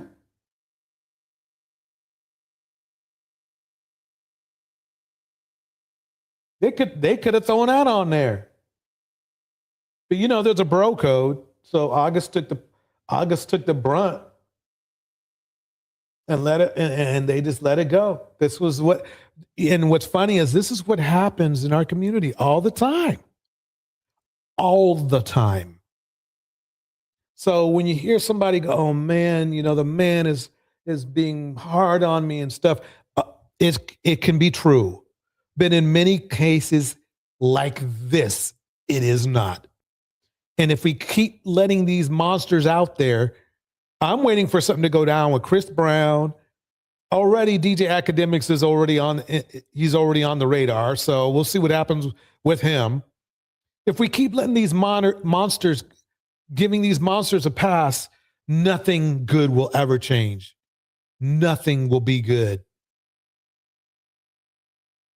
There is no way you cannot pick and choose which criminals you want to stay out. They all either go in, or you light up the neighborhood. Yep. I said what it says, don't forget about the firearm. Yep. He had on him registered and unregistered bars. We sweep violence under the, yeah.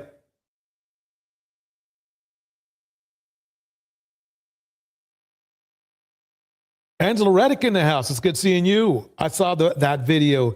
He hit, wow, he hit August just for not acknowledging him by dapping him up. Wow. See, and it makes so much sense, Angela, because think about it. Chris Brown has done the same thing.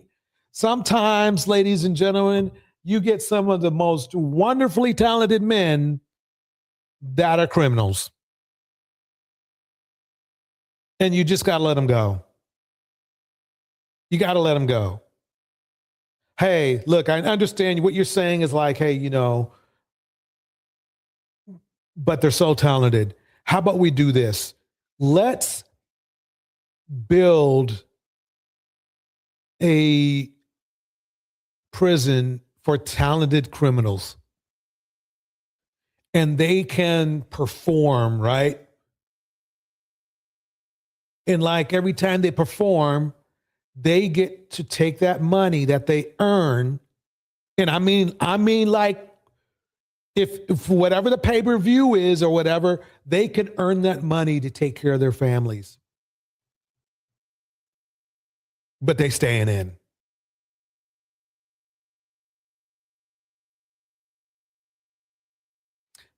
I think that's the best thing for society. Because they are tearing up. We have too many Diddy's out there. You think if Diddy wasn't, I mean, don't get me wrong, Diddy was manipulative and had really no talent, but he knew to get the right people to get together. He was really good at that. But you saw what's going on with Diddy, and I guarantee you, the more they dig, the more they'll find when it comes to Diddy. Trey Songz, I think if I had to make a prediction, I would say Trey Songz is up next.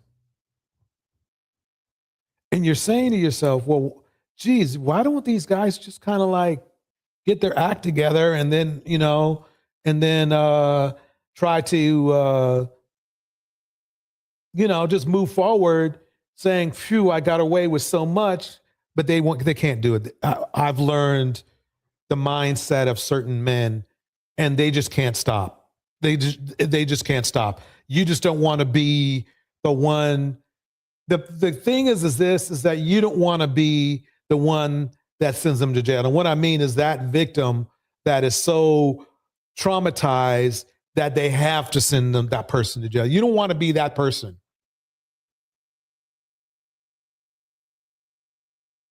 You do not want to be that person. So let's get them in there quick. I know it sounds mean. I know it sounds cruel that, I am telling you to put a man who shot a woman in the foot in prison. But I mean, you guys are mad at me for it, right? You're mad at me because I'm telling you to put a guy who literally broke laws several times, shot a woman in the foot, right? To go to prison. Because you like him. Because you like him. That's it. If you didn't like him, you'd be like, good riddance. But since you're a fan, no, he should stay out and cause havoc.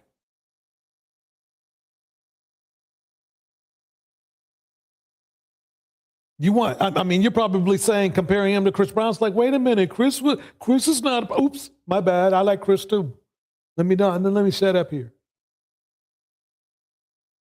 I don't know what's in the water, but we got there. Don't worry. And it's not about just that we have better role models than these men.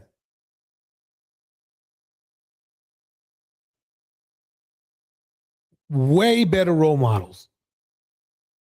Just let these guys go. Let them make, hey, I'm like, look, let the dude make some music in prison. Let his producer crack the code, release music, and that music goes to all the victims. So yes, it goes to Megan and it goes to Asina and whoever, and to Kelsey too.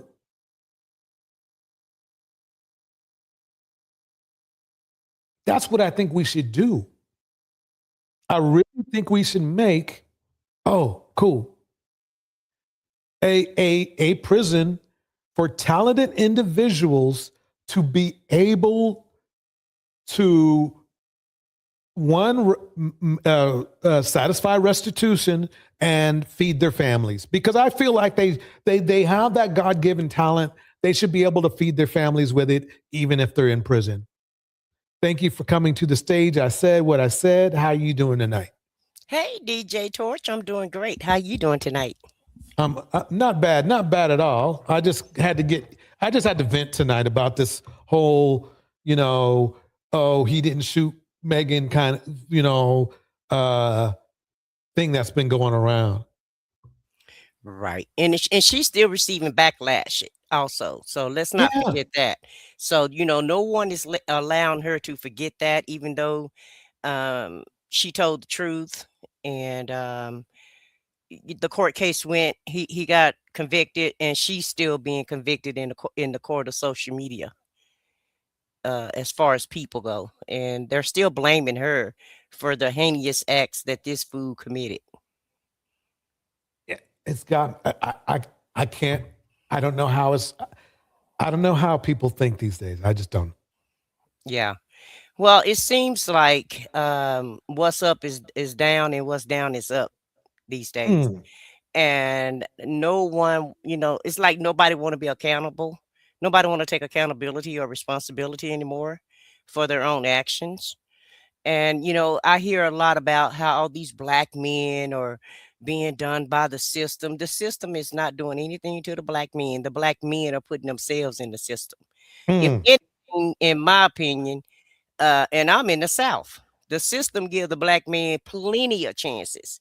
It's just that they strike out, and when they strike out, then they want to blame it on the system when they actually give you an opportunity to reform yourself. You just don't decide to reform yourself, and then you want to blame the system once you find yourself in the spot that you're in.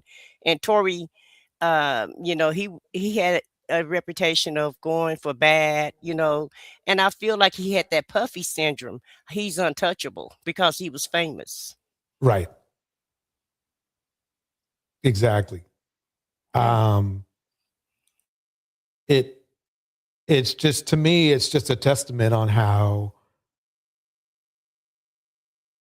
it's a testament to me on how just it's when I remember when I made that video. I don't know if you remember the one about how Stephen A. Smith was dissing the Williams sister. I think the Williams sister. Mm-hmm. And I said to myself, you got to be kidding me. I mean, she's everybody. And it's funny because the Williams sisters are well renowned. They're world renowned. They are known for their having exceptional character and everything. And it just so happens the only person who questions their greatness or their class is this black dude, Stephen A. Smith. Who's getting paid to tear black people down every day. Thank you. Okay. It's all about the Benjamins with Stephen A. Smith. I've never liked him from day one. And in my opinion, he's been paid a long time by someone to tear. First, he was tearing down the athletes. Now he's going into the, celebrity world, I guess. Right. The more people you tear down, the better it makes everybody else, the quote unquote American public feel better about themselves. Right. Right. I'm so glad that at least there was a little bit of backlash against him. He should be. It's funny though. He should be gone, but he won't be gone because he's doing what they want him to do. Exactly. Yeah, he's doing what they want him to do, and so he'll be where he's at. He's not going to go anywhere. They got rid of Shannon Sharp before they got rid of Stephen A. Smith. Mm-hmm. And Shannon Sharp used to have the figures, the numbers. Well, I guess Shannon said that he was a little upset with Skip also. He didn't agree with a lot of things that Skip said, but Shannon, took a bit of the apple. He knew what it was going to be when he signed up for the show. So I thought he did a great representation of the football players. And whenever Skip did, kind of get off track or whatever, Shannon would put him back on track. But Stephen A. Smith don't have any guardrails. He think that he is the king of sports since he's had his job so long, and he also feel like he's untouchable also. But one day that big mouth will get him in trouble also. I know that. I agree. I wouldn't, yeah, because they've already. I think what's going to happen to me is ESPN is going to get tired of cleaning up his mess because he's doing what they want him to do, but sometimes he steps a little bit too far. Mm-hmm. He does. They do not want him talking about, the Williams sisters, and you could tell because they let her husband come up and diss him. You see what I'm saying? Exactly. Say, look, we want you to diss them niggas, but nah, not her. No, yeah. Not her. Because some of them are getting us money. Okay. Yep. Exactly. If they're still running her commercials, she's making them money. I don't know if they're still featuring her because I don't watch ESPN. Oh yeah. Anymore. Oh, she is. So she's still making commercials. She's still profitable to them, and they need her. Yeah, she's supposed to be one of the protected ones, and I have no problem with that. I really don't. All right. And what have she done to get tore down anyway? Thank you. He tried to make something up about the little football, about the Super Bowl and stuff. And the thing is Megan's on her way too. The way my system is set up, for watching, for media, watching media, I block out commercials as much as I can.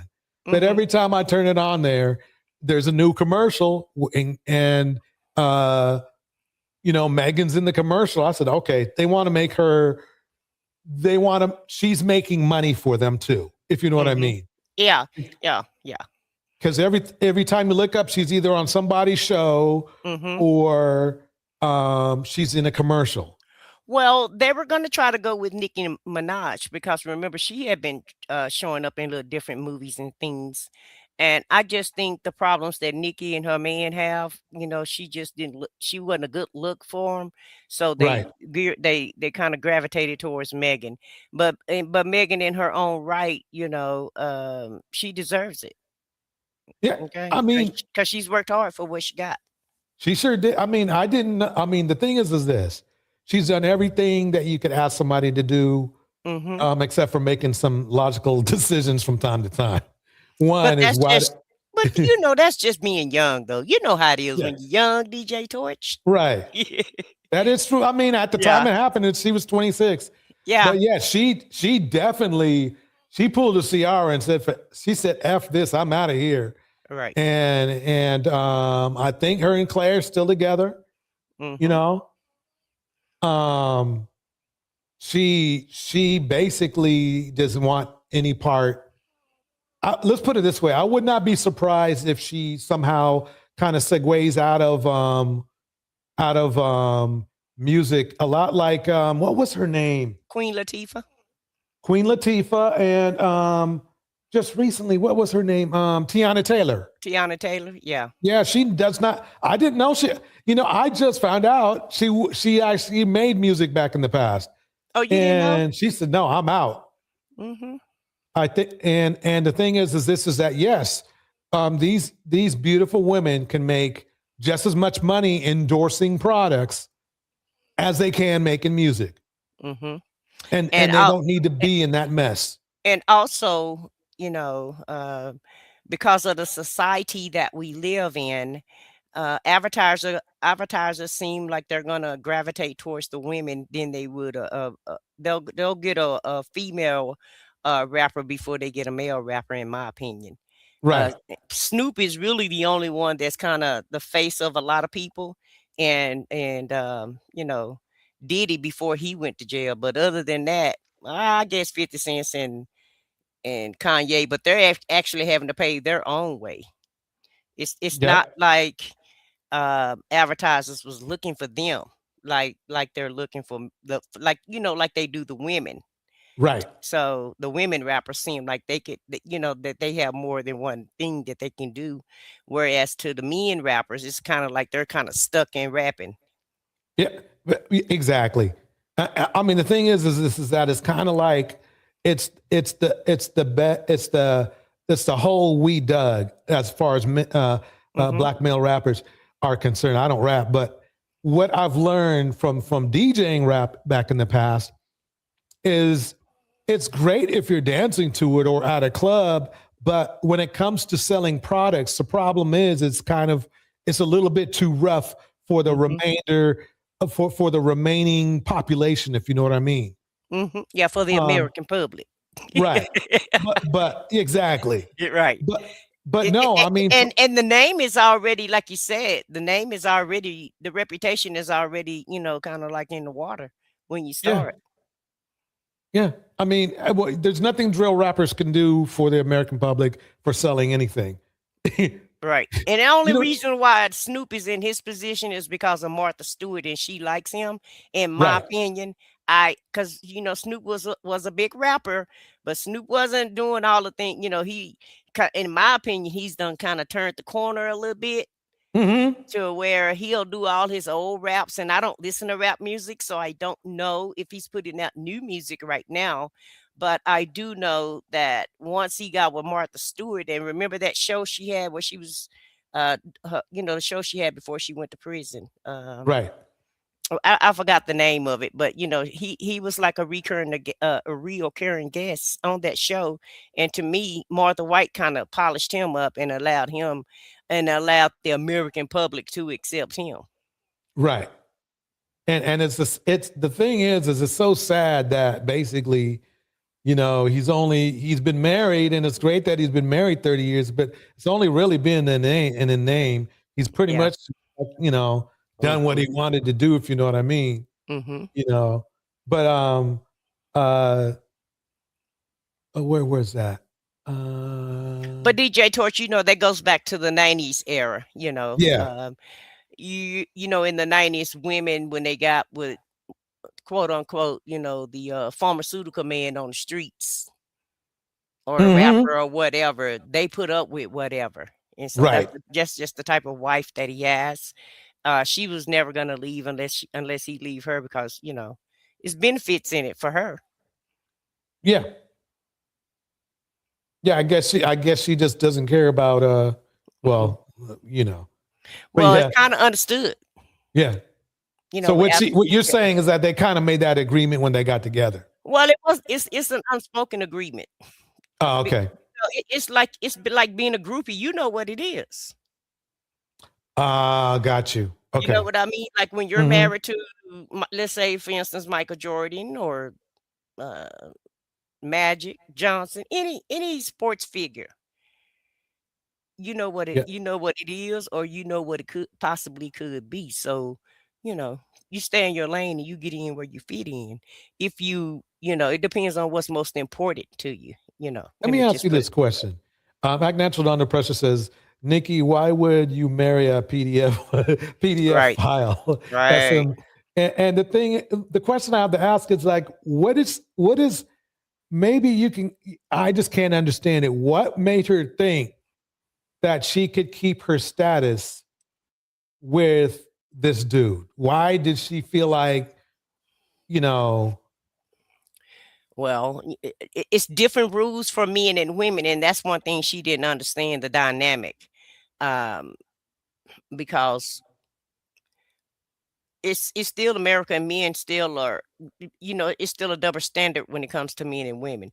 Men could possibly get away with that and continue doing what they're doing. Look how long Puffy lasted and how everybody held him up. But when you a woman, women don't forgive that easy like men do. Right. And so just like, you know, Act Natural said, why would you marry him? So that's like a no-brainer. But also, too, you can take a person out the hood, but you can't take the hood out of them. Straight up. Okay? I'm just saying. Straight up. Yeah, because I think that's the difference between really Nikki and Megan. You know, Megan, yeah. I mean, it's so funny because you think, well, she's in the rap, Megan's in the rap scene, so she must have came from the hood, but she kind of really didn't. You know. And it doesn't matter if you did. It's because it's not about what they call you, it's about what you answer to. And Nikki, unfortunately, is answering to the, you know, to the hood, in my opinion. Yeah. With her ideas and the way that she moves. So, you know, it doesn't matter even if Nikki came from the hood, because a lot of us come from the hood. It's about if you know, once you get out the hood, are you going to leave the hoodish things alone? You know, and I'm not saying that you got to act like you better than you know, than everyone, or like you don't know anybody, but it's just when you're in the spotlight, it's a certain way you have to move around. It's just like when we go to our jobs. We can't go to our job just doing any and everything. It's a certain way we gotta conduct ourselves if we want to keep our job. That's all. Right. Exactly. Exactly.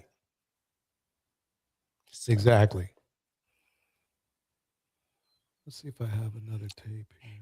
You know not to ask me no question, DJ Torch. You know I'll talk all night. Well, I'm about to ask you another one. Here we go. Boom. I don't know how long you plan on being here, but I got you. Let me play this clip. I want to get your response on this one. Okay, you've been warned. Okay, Mike Epps. When I seen that video saying that, I knew it was gonna be taken wrong. I think you went left, you know. no one man has enough power to speak on other lifestyles, you know. I think, Mike Epps, I think you should just stay in your place, brother, because you're not living that type of lifestyle. So, like I said, the best way for me to help you understand a motherfucker coming out and saying, yo, I don't think we should celebrate comedians. They just tell jokes all day.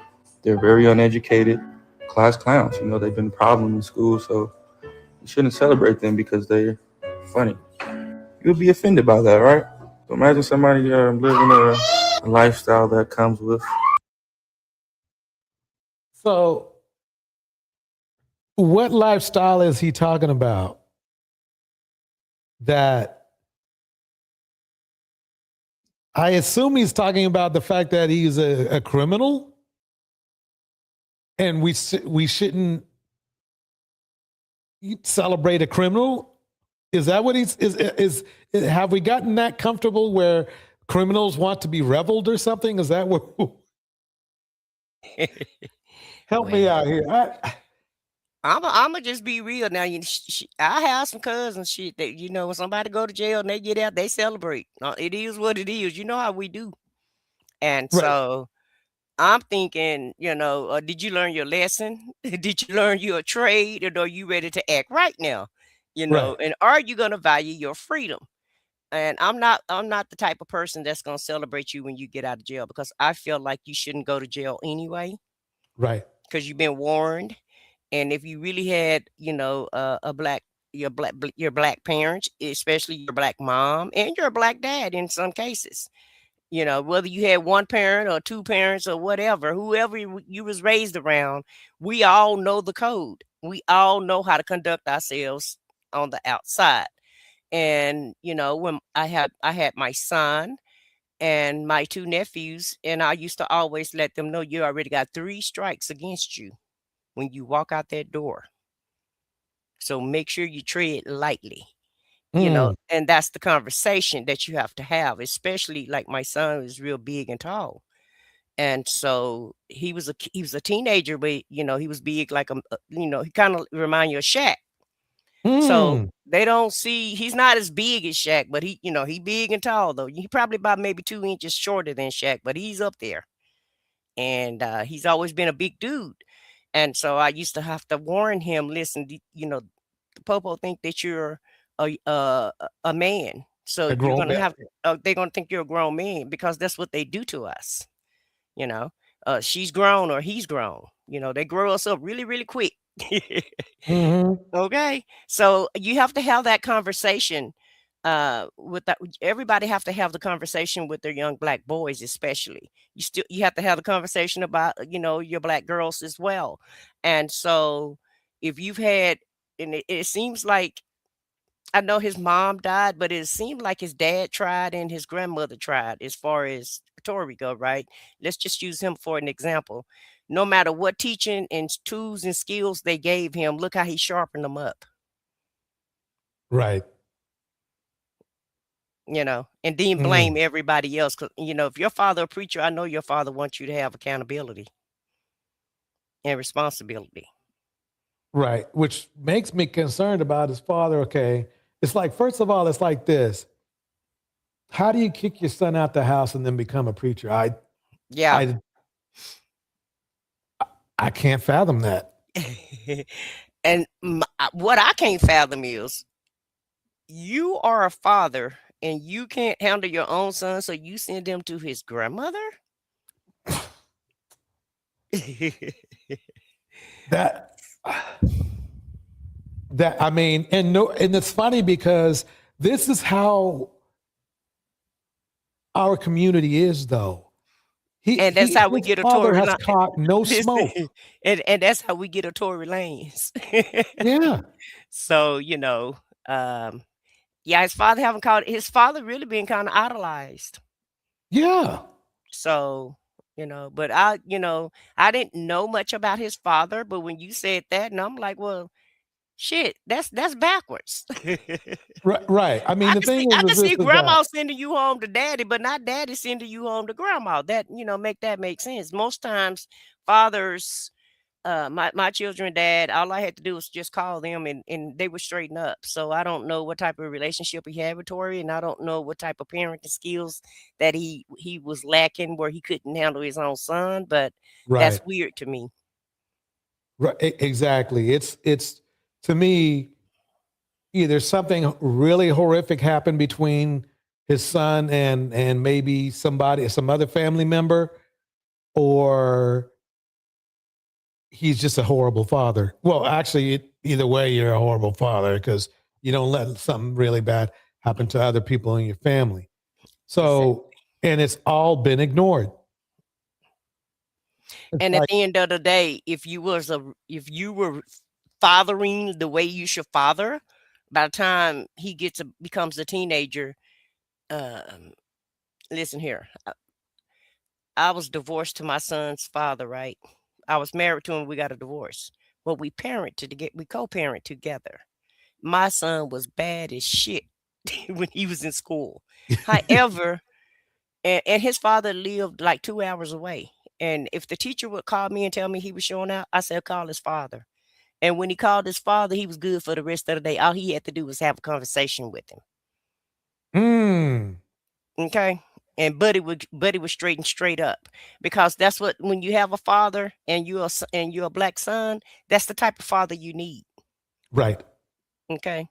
And he used to tell him all the time, you rather I scold you or spank your butt rather than to let the popo do it, because they're not going to be as nice as I am.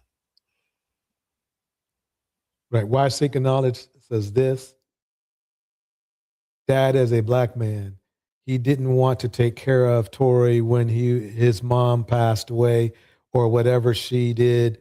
He dumped that baby on his his mama. So are y'all giving him a credit you don't deserve? No, ma'am. No, that's what we were talking about. We were saying how we're kind of shocked how he dumped, his kid on his mom. I mean, so his father dumped his kid on his mom. And then his mom said, I can't handle him either. What do you want me to do with him? And so Tory ended up in the streets. Exactly. And it's funny that because you would have thought that, oh, well, send him back down. I'll do what I can. No, and that's what, quite honestly, and that's why I'm extremely shocked why no one has done a documentary on Sunstar, not Daystar. That's Tory, on Sunstar. What happened? What a beautiful name to have for such an awful father. That's what I'm thinking. Maybe, and I'm like saying to myself, okay, maybe there's some weird out of the world excuse, for what he did, right? But I guess. Yes. I can't think of one. I mean, I can't either, something, because where I come from, you feared your parents, especially your daddy. Yeah. And he was a preacher. Yes. Yes. That's like being the leader of the community. So this starts, to me, it's like at best, he's at the level of a Umar, and we all know where he's at, where he pretends to be of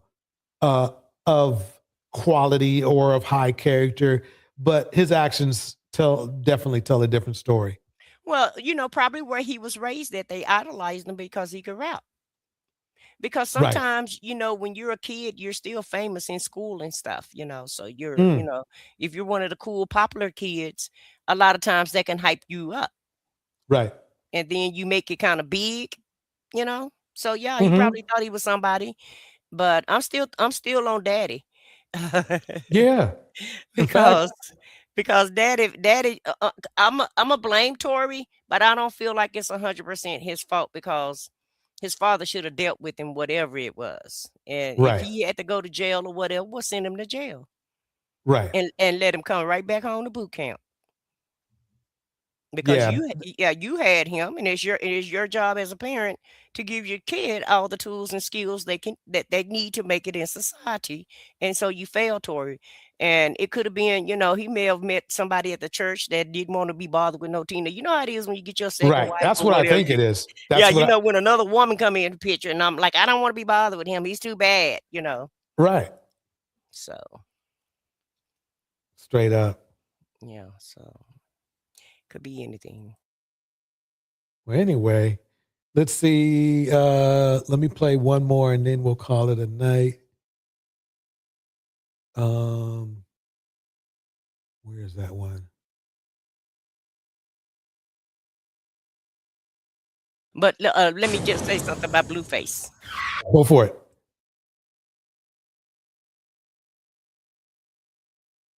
Okay, let me put him back. Okay, Mike Epps. And I seen that video saying. Okay, go ahead. I said he just got out of jail himself, a couple of months ago. So is he the best spokesman to be speaking about this? Right. I just thought I'd throw that in there. To me, it's like that's what scares me, and that's what concerns me. Is that, I mean, and it's not like it's like this. If somebody goes to prison or to jail for, let's say, substance abuse, I understand that, you know, that's something you're fighting within yourself. This dude shot a man. Right. I don't know. And I'm sorry, he has no way. And he's being a role model, I guess, for other prisoners. Or I don't know how to say it. Let me put him on screen here. But Deontay's in the house. Deontay, it's good seeing you. Hey, DJ, how you doing? Hi, Deontay. Hey, how you doing? I'm good.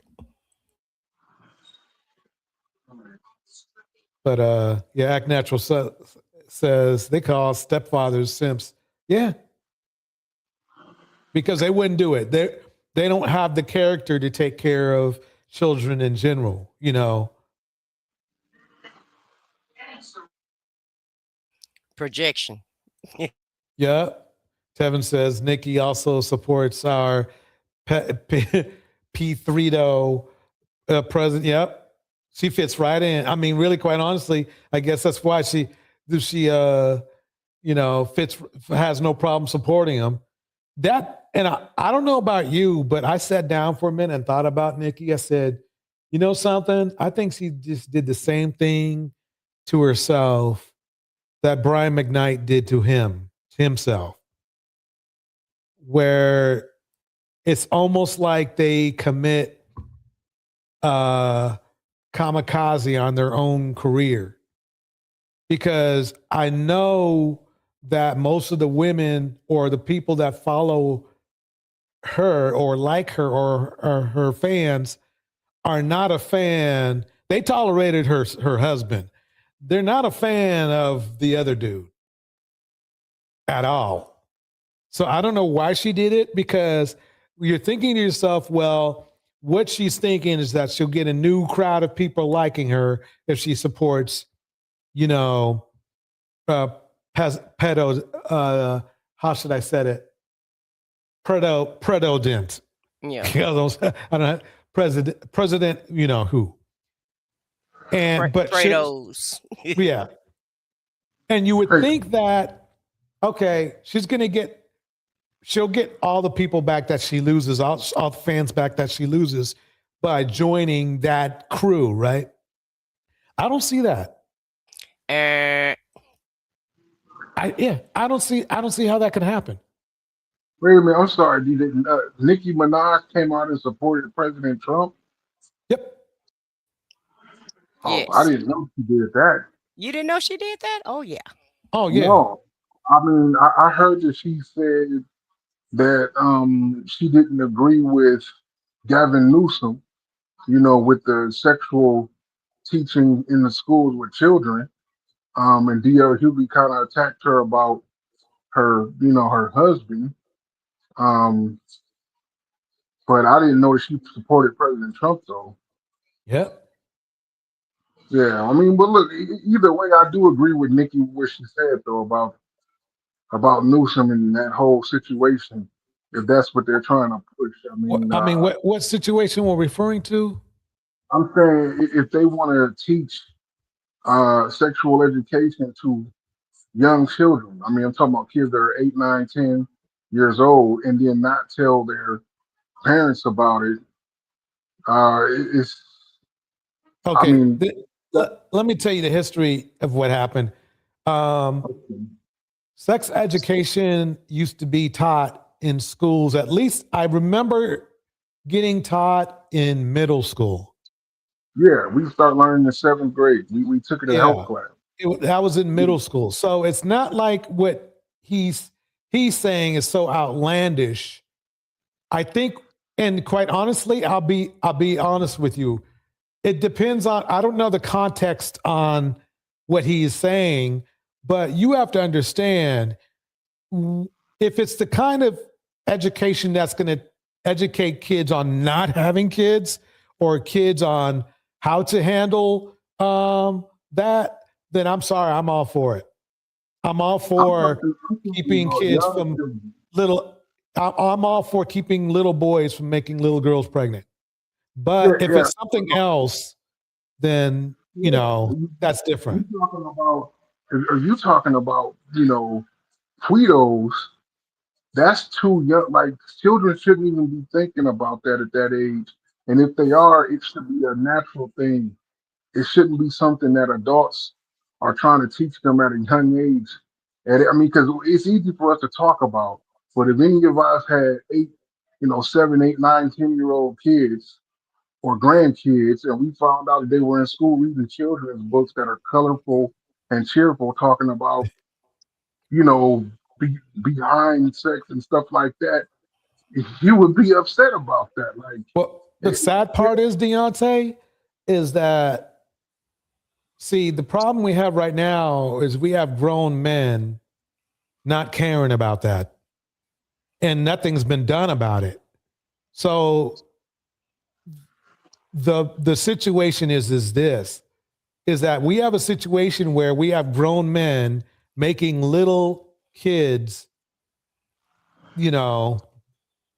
pregnant. And so I assume, I don't know anything about Newsom's deal. I really don't. But I assume what he's doing is he's trying to say, hopefully part of this package will be to how to defend yourself against predators. But at the same time, unfortunately, in our society today, as you can see, men are appearing to want to move the age of consent down. And opposite. And there we go. So I can't really speak on what Gavin Newsom is doing because I don't know what he's doing. I heard of it, but I don't know. I haven't read into it. But the sad part is that it has to be considered. I'm not saying we should do it or shouldn't do it, but the sad part is it has to be considered because of the way these dudes are thinking now. When you have Kevin Samuels saying something like, Kevin Samuels said, "What if I was, married to, your stepmom? I mean, to your mom, and I'm your stepfather." And he's saying stuff like, "What if a scenario is that she says to you," and he's like grooming this woman who's got a child, right? What if she said to you that I was looking at you in the shower, looking at her in the shower, and he was trying to groom this woman to accept, "Oh, well, that's okay." I'm serious. Wow. So the thing is that in a perfect world, Gavin Newsom's statements would be weird and unnecessary. But sadly, there's an argument that can be made. I'm not saying that, oh yeah, we should have, education, SUL education in, well, I guess that would be what? Was that middle school? Kindergarten? No, kindergarten. We talking about kindergarten through 3rd grade. Okay, okay. That's a little bit no. Let me just first say that no. Yeah, But that's too young. Yeah, that is just too young. But I thought you said do. I thought he said 10 years old. Yeah, no, third grade is about 10 years old, third, fourth grade. But Okay. that's like 10 years old. Well, Yeah, well, so I'm let saying, me just say this. Let me just say this. Who is this speaking? Deontay? Yeah. Deontay, let me just say this. I feel like I understand what you're saying, that yes, they are kids and they are babies. But these kids are real grown these days. And they know way more than what you think they know. And I feel like it's going to save some kids' lives, because if some kids do, decide to go what's not society norms, and they know that it's a lot of parents that will disown you for that. Think about the child who parents who go to church Monday through Sunday, and Southern Baptist, and it's church, and you hear what's on TV, and they're just trying to ostracize those people on TV, and those people is only like a 0.5% of the population, but they're making it like it's a big thing and a big deal. So yes, it may seem like it's too young for you, but trust me, I got someone in my family who knew at 10 years old that that's what they wanted to do. So I think the school is trying to give them an education and give them the okay it's okay for you to be who you are, because some kids do unalive themselves because they don't know what to do with the feelings. and see, this is the thing, though, and I understand where you're coming from. But the problem is when you are talking about the general public, like a public school, right, where everybody is sending their kids to, if you make concessions, there was one school where there were like 800 kids in the elementary school, and there was one boy who was like in second grade who identified as a female, and he wanted to use the girls' bathroom. And his mom went up there and ran up a fit, and she got a lawyer to run up a fit, and she got the community, the alphabet community to run it up the fit. So the school decided to change all the bathrooms to mixed gender, and they made everybody, all the teachers, take seminars, and they had all the children in the assembly have to understand what his and all those different things for one kid. Like, and that's like, But that's just that one school, and not only did the schools do it, corporate America done it also, because I was in the workforce when it happened, and certain I work words, too. certain words we couldn't say, but let's look at it like this. Us as our race, we how it is for us, right? We already got a strike against us because of the color of our skin, and that's the exact same thing when you don't include a child that identify that way, and they know who they are, and some of them do know very early, some of them they experiment or what have you. But this is supposed to be the United States of America, and everybody should be inclusive, should be included in all of this. So if you make rules for the disabled, you have to make rules for the other things Yeah, that you don't agree with. but see, what I mean by that is when black people go out in public, there's no concession that we have that say everybody who's not black has to look at us and say, hey, Mr. Black man or Mr. Black or Mrs. Black woman, I'm sorry about what happened to you guys and your history in this country. No, you just go shop at a store. We see each other, say hello and bye.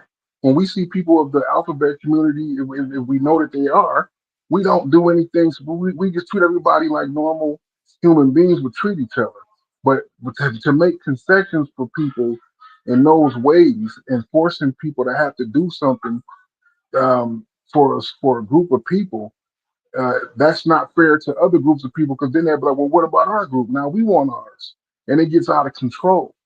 Kind of like how the T's in the group, right? They want to identify as men, women, neutral and everything. And they want everybody to respect that. But then when they started to see people saying, I identify as rabbits and I identify as like dogs, they think that that's ridiculous. And the people who identify say, well, that's not ridiculous because you identifying as a man, you really a woman, and it starts to get out of control. You know? Well, I can understand. I mean, the thing is that basically a lot of people probably see it like when black people wanted to go to white schools or to integrate schools. That's what they're seeing this as. I have no problem. This is what I have no problem with, is that if they want to build a bathroom for those of fluent genders, I have no problem with that. If they want to make an extra bathroom, that's fine with me. I don't think anybody should have to suffer for it, but I do believe that concessions can be made. A bathroom probably for a school to build one, that special bathrooms, you probably need, depending on the size of the school, 2 or 3 of them. By all means, they should do it. And for everybody, and that's to benefit everyone. That's just something that really, quite honestly, should have been happening a long time ago. They should have been designing this a long time ago for multi-gender rooms. And really all a multi-gender bathroom is a bathroom that one person can go in it privately. That's it. That's all you got to do. They do have where the sign is like male/female. But see, just like if you go to a Starbucks that got one bathroom. Right. It's like that. A lot of times when that comes up in their conversations and debates, they don't like that idea because, like, let's say a teen woman, which is really a guy, right? They don't want a bathroom specifically for people of other gender or of the alphabet because they feel like the same way that we felt when it was white and blacks only. They want to be able. Wait. Let me.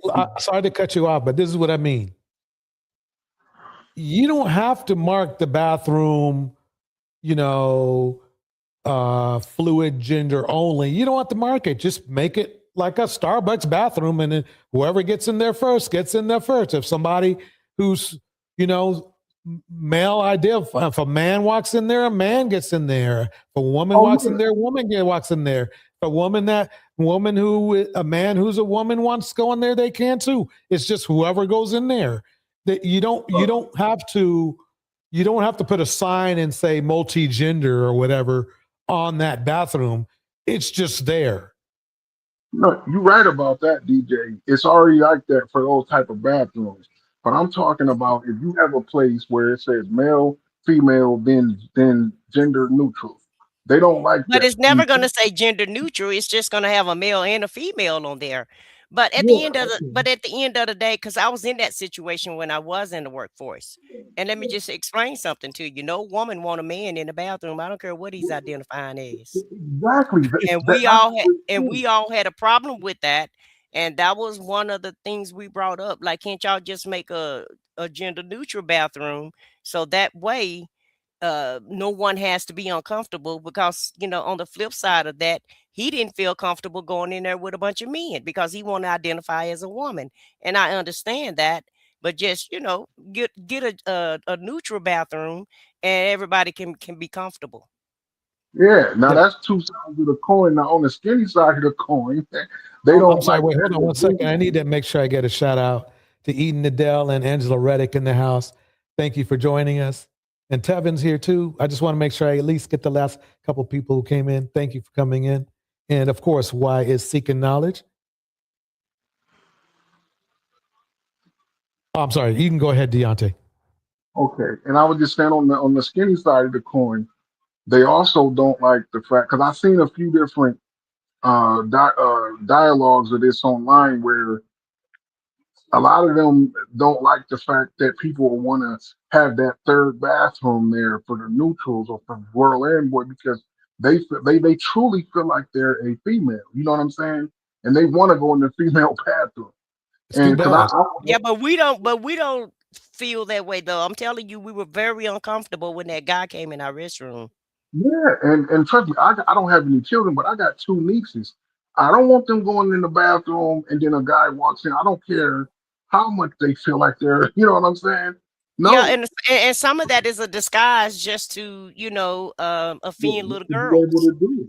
And so You and know. that's happened before too. So yeah, I stand, yes. Yeah, You Okay, when I you go think to the let me gender make it neutral clear. bathroom. Yeah, Huh? let me make it clear. What I mean is like a bathroom is is a Starbucks bathroom. That's the best way I could describe it because they can only fit in a Starbucks. They can only usually fit, a single bathroom where one at a time, one person at a time goes in there, and that's it. It's like you can't. It's either for the. It's either for if a woman goes in there, it's for the women. If it's for the man, it's in there. It's kind of like, I guess it's more common at gas stations where they only have room for one bathroom. It's multi-gender bathroom. That's that. Convenience stores too. But The at the same convenience time, let me make it clear: in larger establishments, I have no problem with them having all three there: male, female, bathroom, just in case you want time, time to yourself. Yeah, and I just want to say one more thing about it, DJ. And I'll definitely leave it alone after this because I know I'm always turning stuff political. What I guess this is already, but this is why Trump won the last election. It's not because people liked him. It was because they were tired of what happened, what the liberals were doing. Even liberal, like people who were independent, they voted for Trump. A lot of Democrats voted for him because the ones who were not into that stuff. Like a lot of black people are Democrats, right? But a lot of us really aren't in, like we're talking about now. We're not into that. No, we primarily voted. I didn't, but most black men that voted for Trump were voting for power. They wanted to control black women. That's why they wanted more control. Now that might have been part of it, but these men that the men that we see in the red pill are the same men that wanted to vote for Trump, and those are the men who wanted more control over women, amongst other things. And yeah, of course, they're going to jump in on the bathroom thing. But what's funny is a lot of these dudes, they're gender neutral themselves. They just don't want to admit it. That's why we call them down low. It's not enough down low or red pill guys to tip the scales the way it did. That was the first time he won the popular vote and the electoral college. But he didn't win by that much though. Well, So I know, let's not say, let's not do that. But he did win. He increased his black vote though, and it is because of the black men that voted for him. But let me just say this: ask them, are they better off by having a neutral bathroom than they would be without money in their pockets and with the economy going as it's going and how everything is going. So I want those same black men that voted for him. I want them online telling us how much how great life is for them after 4 years. But I'm just saying that just looking at it from an objective standpoint, that's what happened. Even the counties in the states that were blue that he lost, he had won a lot of counties that were usually blue that flipped red. And mostly it was because you had 8 years of Barack, then 4 years of him, then 4 years of Biden. And he was going and he beat Hillary, and then he was beaten, and he beat Kamala. They were trying. Sorry to cut it off. I'm sorry to cut it off, but we can't be on this discussing. And that's okay. I may do a live about it, but yeah, we can't go back and forth on it all night.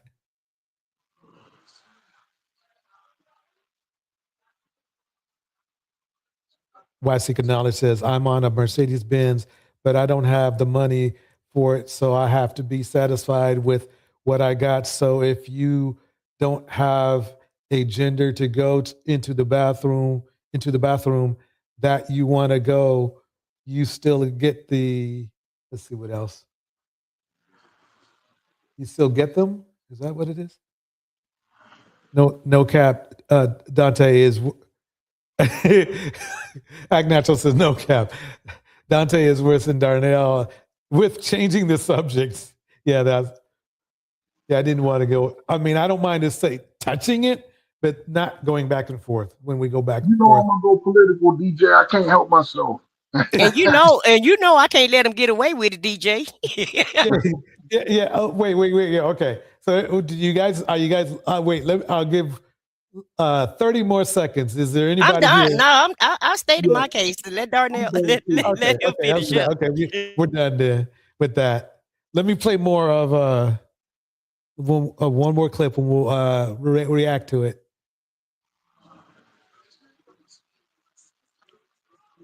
So my sources tell me that the footage that was leaked at the hotel between Cassie and Diddy was because of his son, King Combs. So if you guys remember, King Combs rap knocked them walls down like when the Fetty Boys ran in both of our cribs.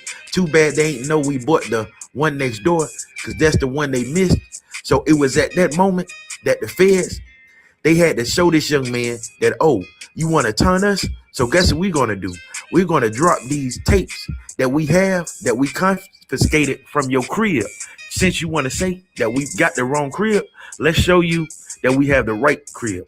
And maybe you'll shut up from here on out. So you guys need to know that King Combs is the reason why his father and Cassie video was leaked from that hotel in 2016. Her wig is coming off. Wow. So what do you guys think? So my sources tell. Let me put it. So Kane got his so basically what that would come down to, and really it sounds like poetic justice. So his son snitched on him by accident. That's what I guess what they're saying. I don't know if I believe it. I don't know. How many views he get on it? I don't think the feds are that I don't think the feds are that petty. Right. Well, no, they were going to release the tape. Yeah, I just feel that they have to do things by the law and order. They got to dot the I's and cross the T's. It can't be. And at that time, when they was looking at him, it wasn't no bias in the Justice Department. So I feel like, well, I don't know how it got leaked though. So somebody had to leak it. I mean, how did they get it? Did Puffy have it or? Yeah, it didn't get. Puffy had a copy of the tape. He had a copy of it. Okay. So then whoever made it probably sold it to him then. It was so what happened was he beat Cassie up and he paid the security guy, because they saw it on the camera, him beating Cassie. And it was I believe it was a security guard who witnessed it also. From the camera room, and it was two of them, and basically he paid them $50,000 to erase the digital tape and to give him a copy of it. And then he just kept it. I guess he wanted to watch it, show people how he beat her up. I don't know, but and his when you're sadistic, they do stuff like that. He got a sick issue, a problem, obviously.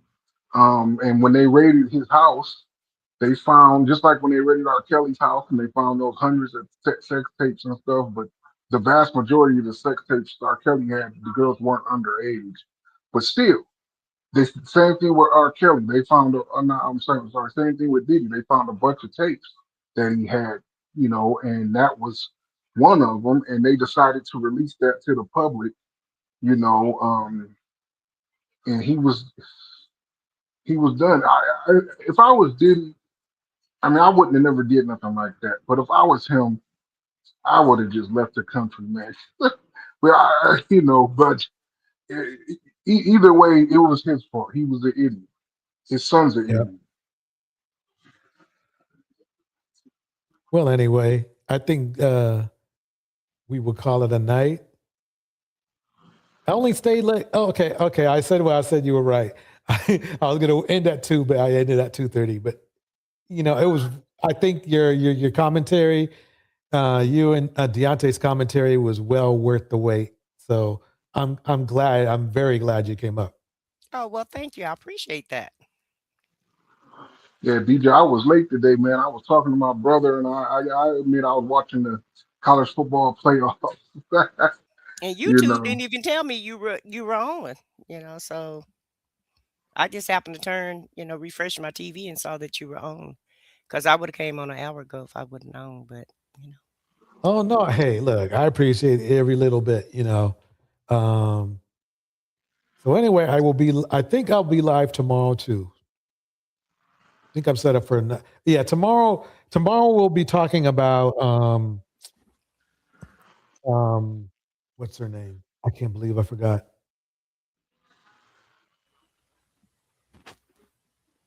What is it? Ches Tarday. She has this weird, it's almost scares, it's creepy. It's like she keeps going after Black women, or she goes after exotical women, or she goes after, divestors. And it's like, sat down one day and I said to myself, this is really creepy. It's like, so what do you want your men to date? Other men?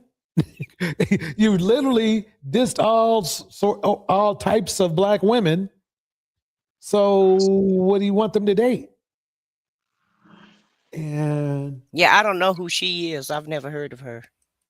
Yeah, it's just, so I'm gonna feature her, but there's a whole lot of other. It's basically gonna be pretty much all the Black women that blast other Black women. Like basically, who's a better example? Who does everybody know? Danica Marie's one. Candace Owens, I know. I just know the political portion of it, and I know Candace Owens is horrific for doing. She's notorious. She's on that time too. Yeah. Anyway, that would she fighting for her life now, so what's going on with her? And grifting off of Charlie Kirk. Well, you remember Macron and his wife is suing her for defamation. Oh. Mm-hmm. And she's going after what is it called? Turning Point USA. She's going after them. She's blaming them for unaliving Charlie Kirk, and she's on Erica Kirk said. So she got a lot going on right now. Oh, and she was demonetized on YouTube. So. Oh, she got demonetized too? Yes. So she got some things she's going through right now. She's in trouble. I mean, I assume that if you're being sued by a president of a country's wife, that's we're getting political. I know. Let me see. Right. Political. Let me shut up. Reverend Dante up. He ready. I might have to throw. Something. I might have to throw this Macron's situation on tomorrow's live. Shoot, let's do political out tomorrow. I'm sorry, y'all. I know. Well, what time are you coming on? Because I have my political show tomorrow too. I don't know what time we go. Oh wait, what time is yours? I don't. Normally, probably between 3 and 5 is in that Central Standard Time. We think we're going to try to do it at that time. In that case, this is what I'm gonna do. Look, let's do this. I'm gonna go to my wall and invite everybody over to your channel. Make sure you give me your link. I'm not doing it on my channel tonight, tomorrow, but I can give you the OTR live channel. But we're doing it on. You're going to another channel. Oh, so you're going to another channel. Yeah, we're doing it. Well, we have a political channel, but we don't have that many people that look at it that much, right? And we were streaming on all 4 channels with my other 2 co-hosts in our political show, but YouTube took his monetization away, saying that he was doing reuse content. And he's doing what? They say reuse content, but I think because we're streaming on 4 different channels, and they may look at it like that. So I'm not monetized, so I just told them we'll just do it on your channel, which is Minion with an Opinion. Okay. And we'll just do it on his channel, so that he can try to get his monetization back. And we're going to just we're going to just rotate out and do it on each other channels. Oh, okay. But last week, baby, let me tell you something, baby. MAGA was on us last week. I got 20,000 views on the vertical channel from MAGA. Hey, congratulations. I mean, Child, we was up there fighting for our lives. I've never had MAGA. I've never had that happen to me before. So we were up there, and I'm this type of person. I'm not gonna argue with you, but I'm real sarcastic. So we were up there laughing at them and making jokes. So they got real upset with us. So wait, no, tell everybody your channel. Tell everybody about your channel. My channel is I Said What I Said. Okay. I said what I _said. But as far as this other channel, it's called Minion with an Opinion, or either the OTR live show. Okay. It's not gonna even be on OTR. It's gonna be on Minion with an Opinion. So let me type his name in the chat, and that's the channel that it's gonna be on tomorrow.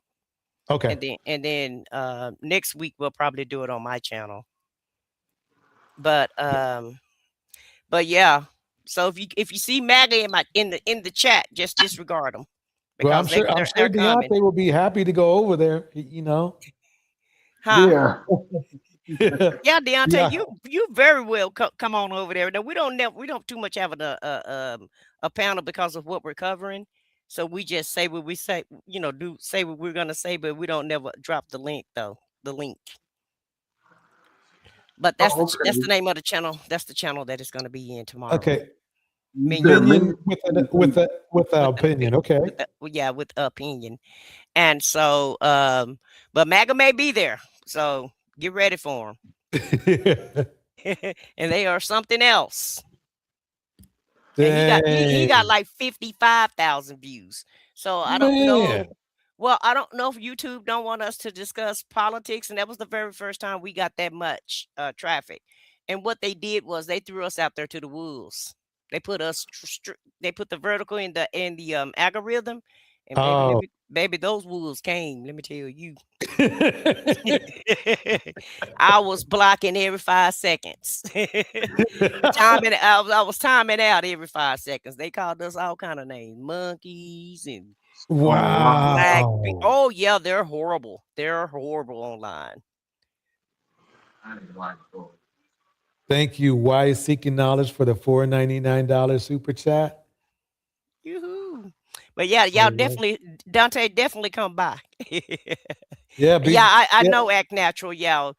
That's why I got my cartoon. I don't have my face on here, honey. I ain't got my avatar. So we're trying to protect ourselves as much as possible. What time do you guys go live on Minion with Opinion? Well, I don't know if we're gonna go, but I think we're gonna go anywhere between 3 and 5 o'clock Central Standard Time tomorrow. Okay, I'm on Eastern time, so what's that, like an hour ahead? An hour ahead of you. Yeah, we're an hour behind you. So that would be like definitely go over there. Deontay, and subscribe. Yeah, notification bell. Yeah, and we'll put our channels in the chat so you guys can subscribe. So yeah, perfect. We'll do that. But yeah, DJ, and thank you for allowing me to come to your panel. I'm glad I was able to come back. Me too. Dante, it's always good to spar with you. Yeah, I know you and Cyber be killing me. Okay. I gotta bring a shield with me. Like, well, that's old school, Yeah. All right, It's everybody. I'll go ahead and hit the beat. Thanks again, everyone. Have a great evening. Oh, shout out to, I do shout outs here. And friends. It's about to go down, baby. Yeah. Once again, shout out to Why You Seeking Knowledge. Thank you for the $4.99 super chat. Shout out to Eden Adele in the house. Shout out to Act Natural, Under Pressure in the house. Of course, shout out to I Said What I Said. Check her out at Minion with an Opinion. Pull up a chair, the family's here. Voices are warm, the vibe is clear. I am so glad everybody came by. Miss Alto up in the house. DJ Torey.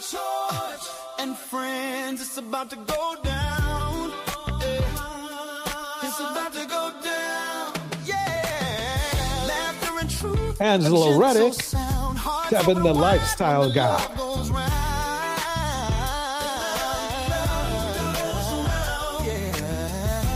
DJ Tosh and friends, it's about to go down.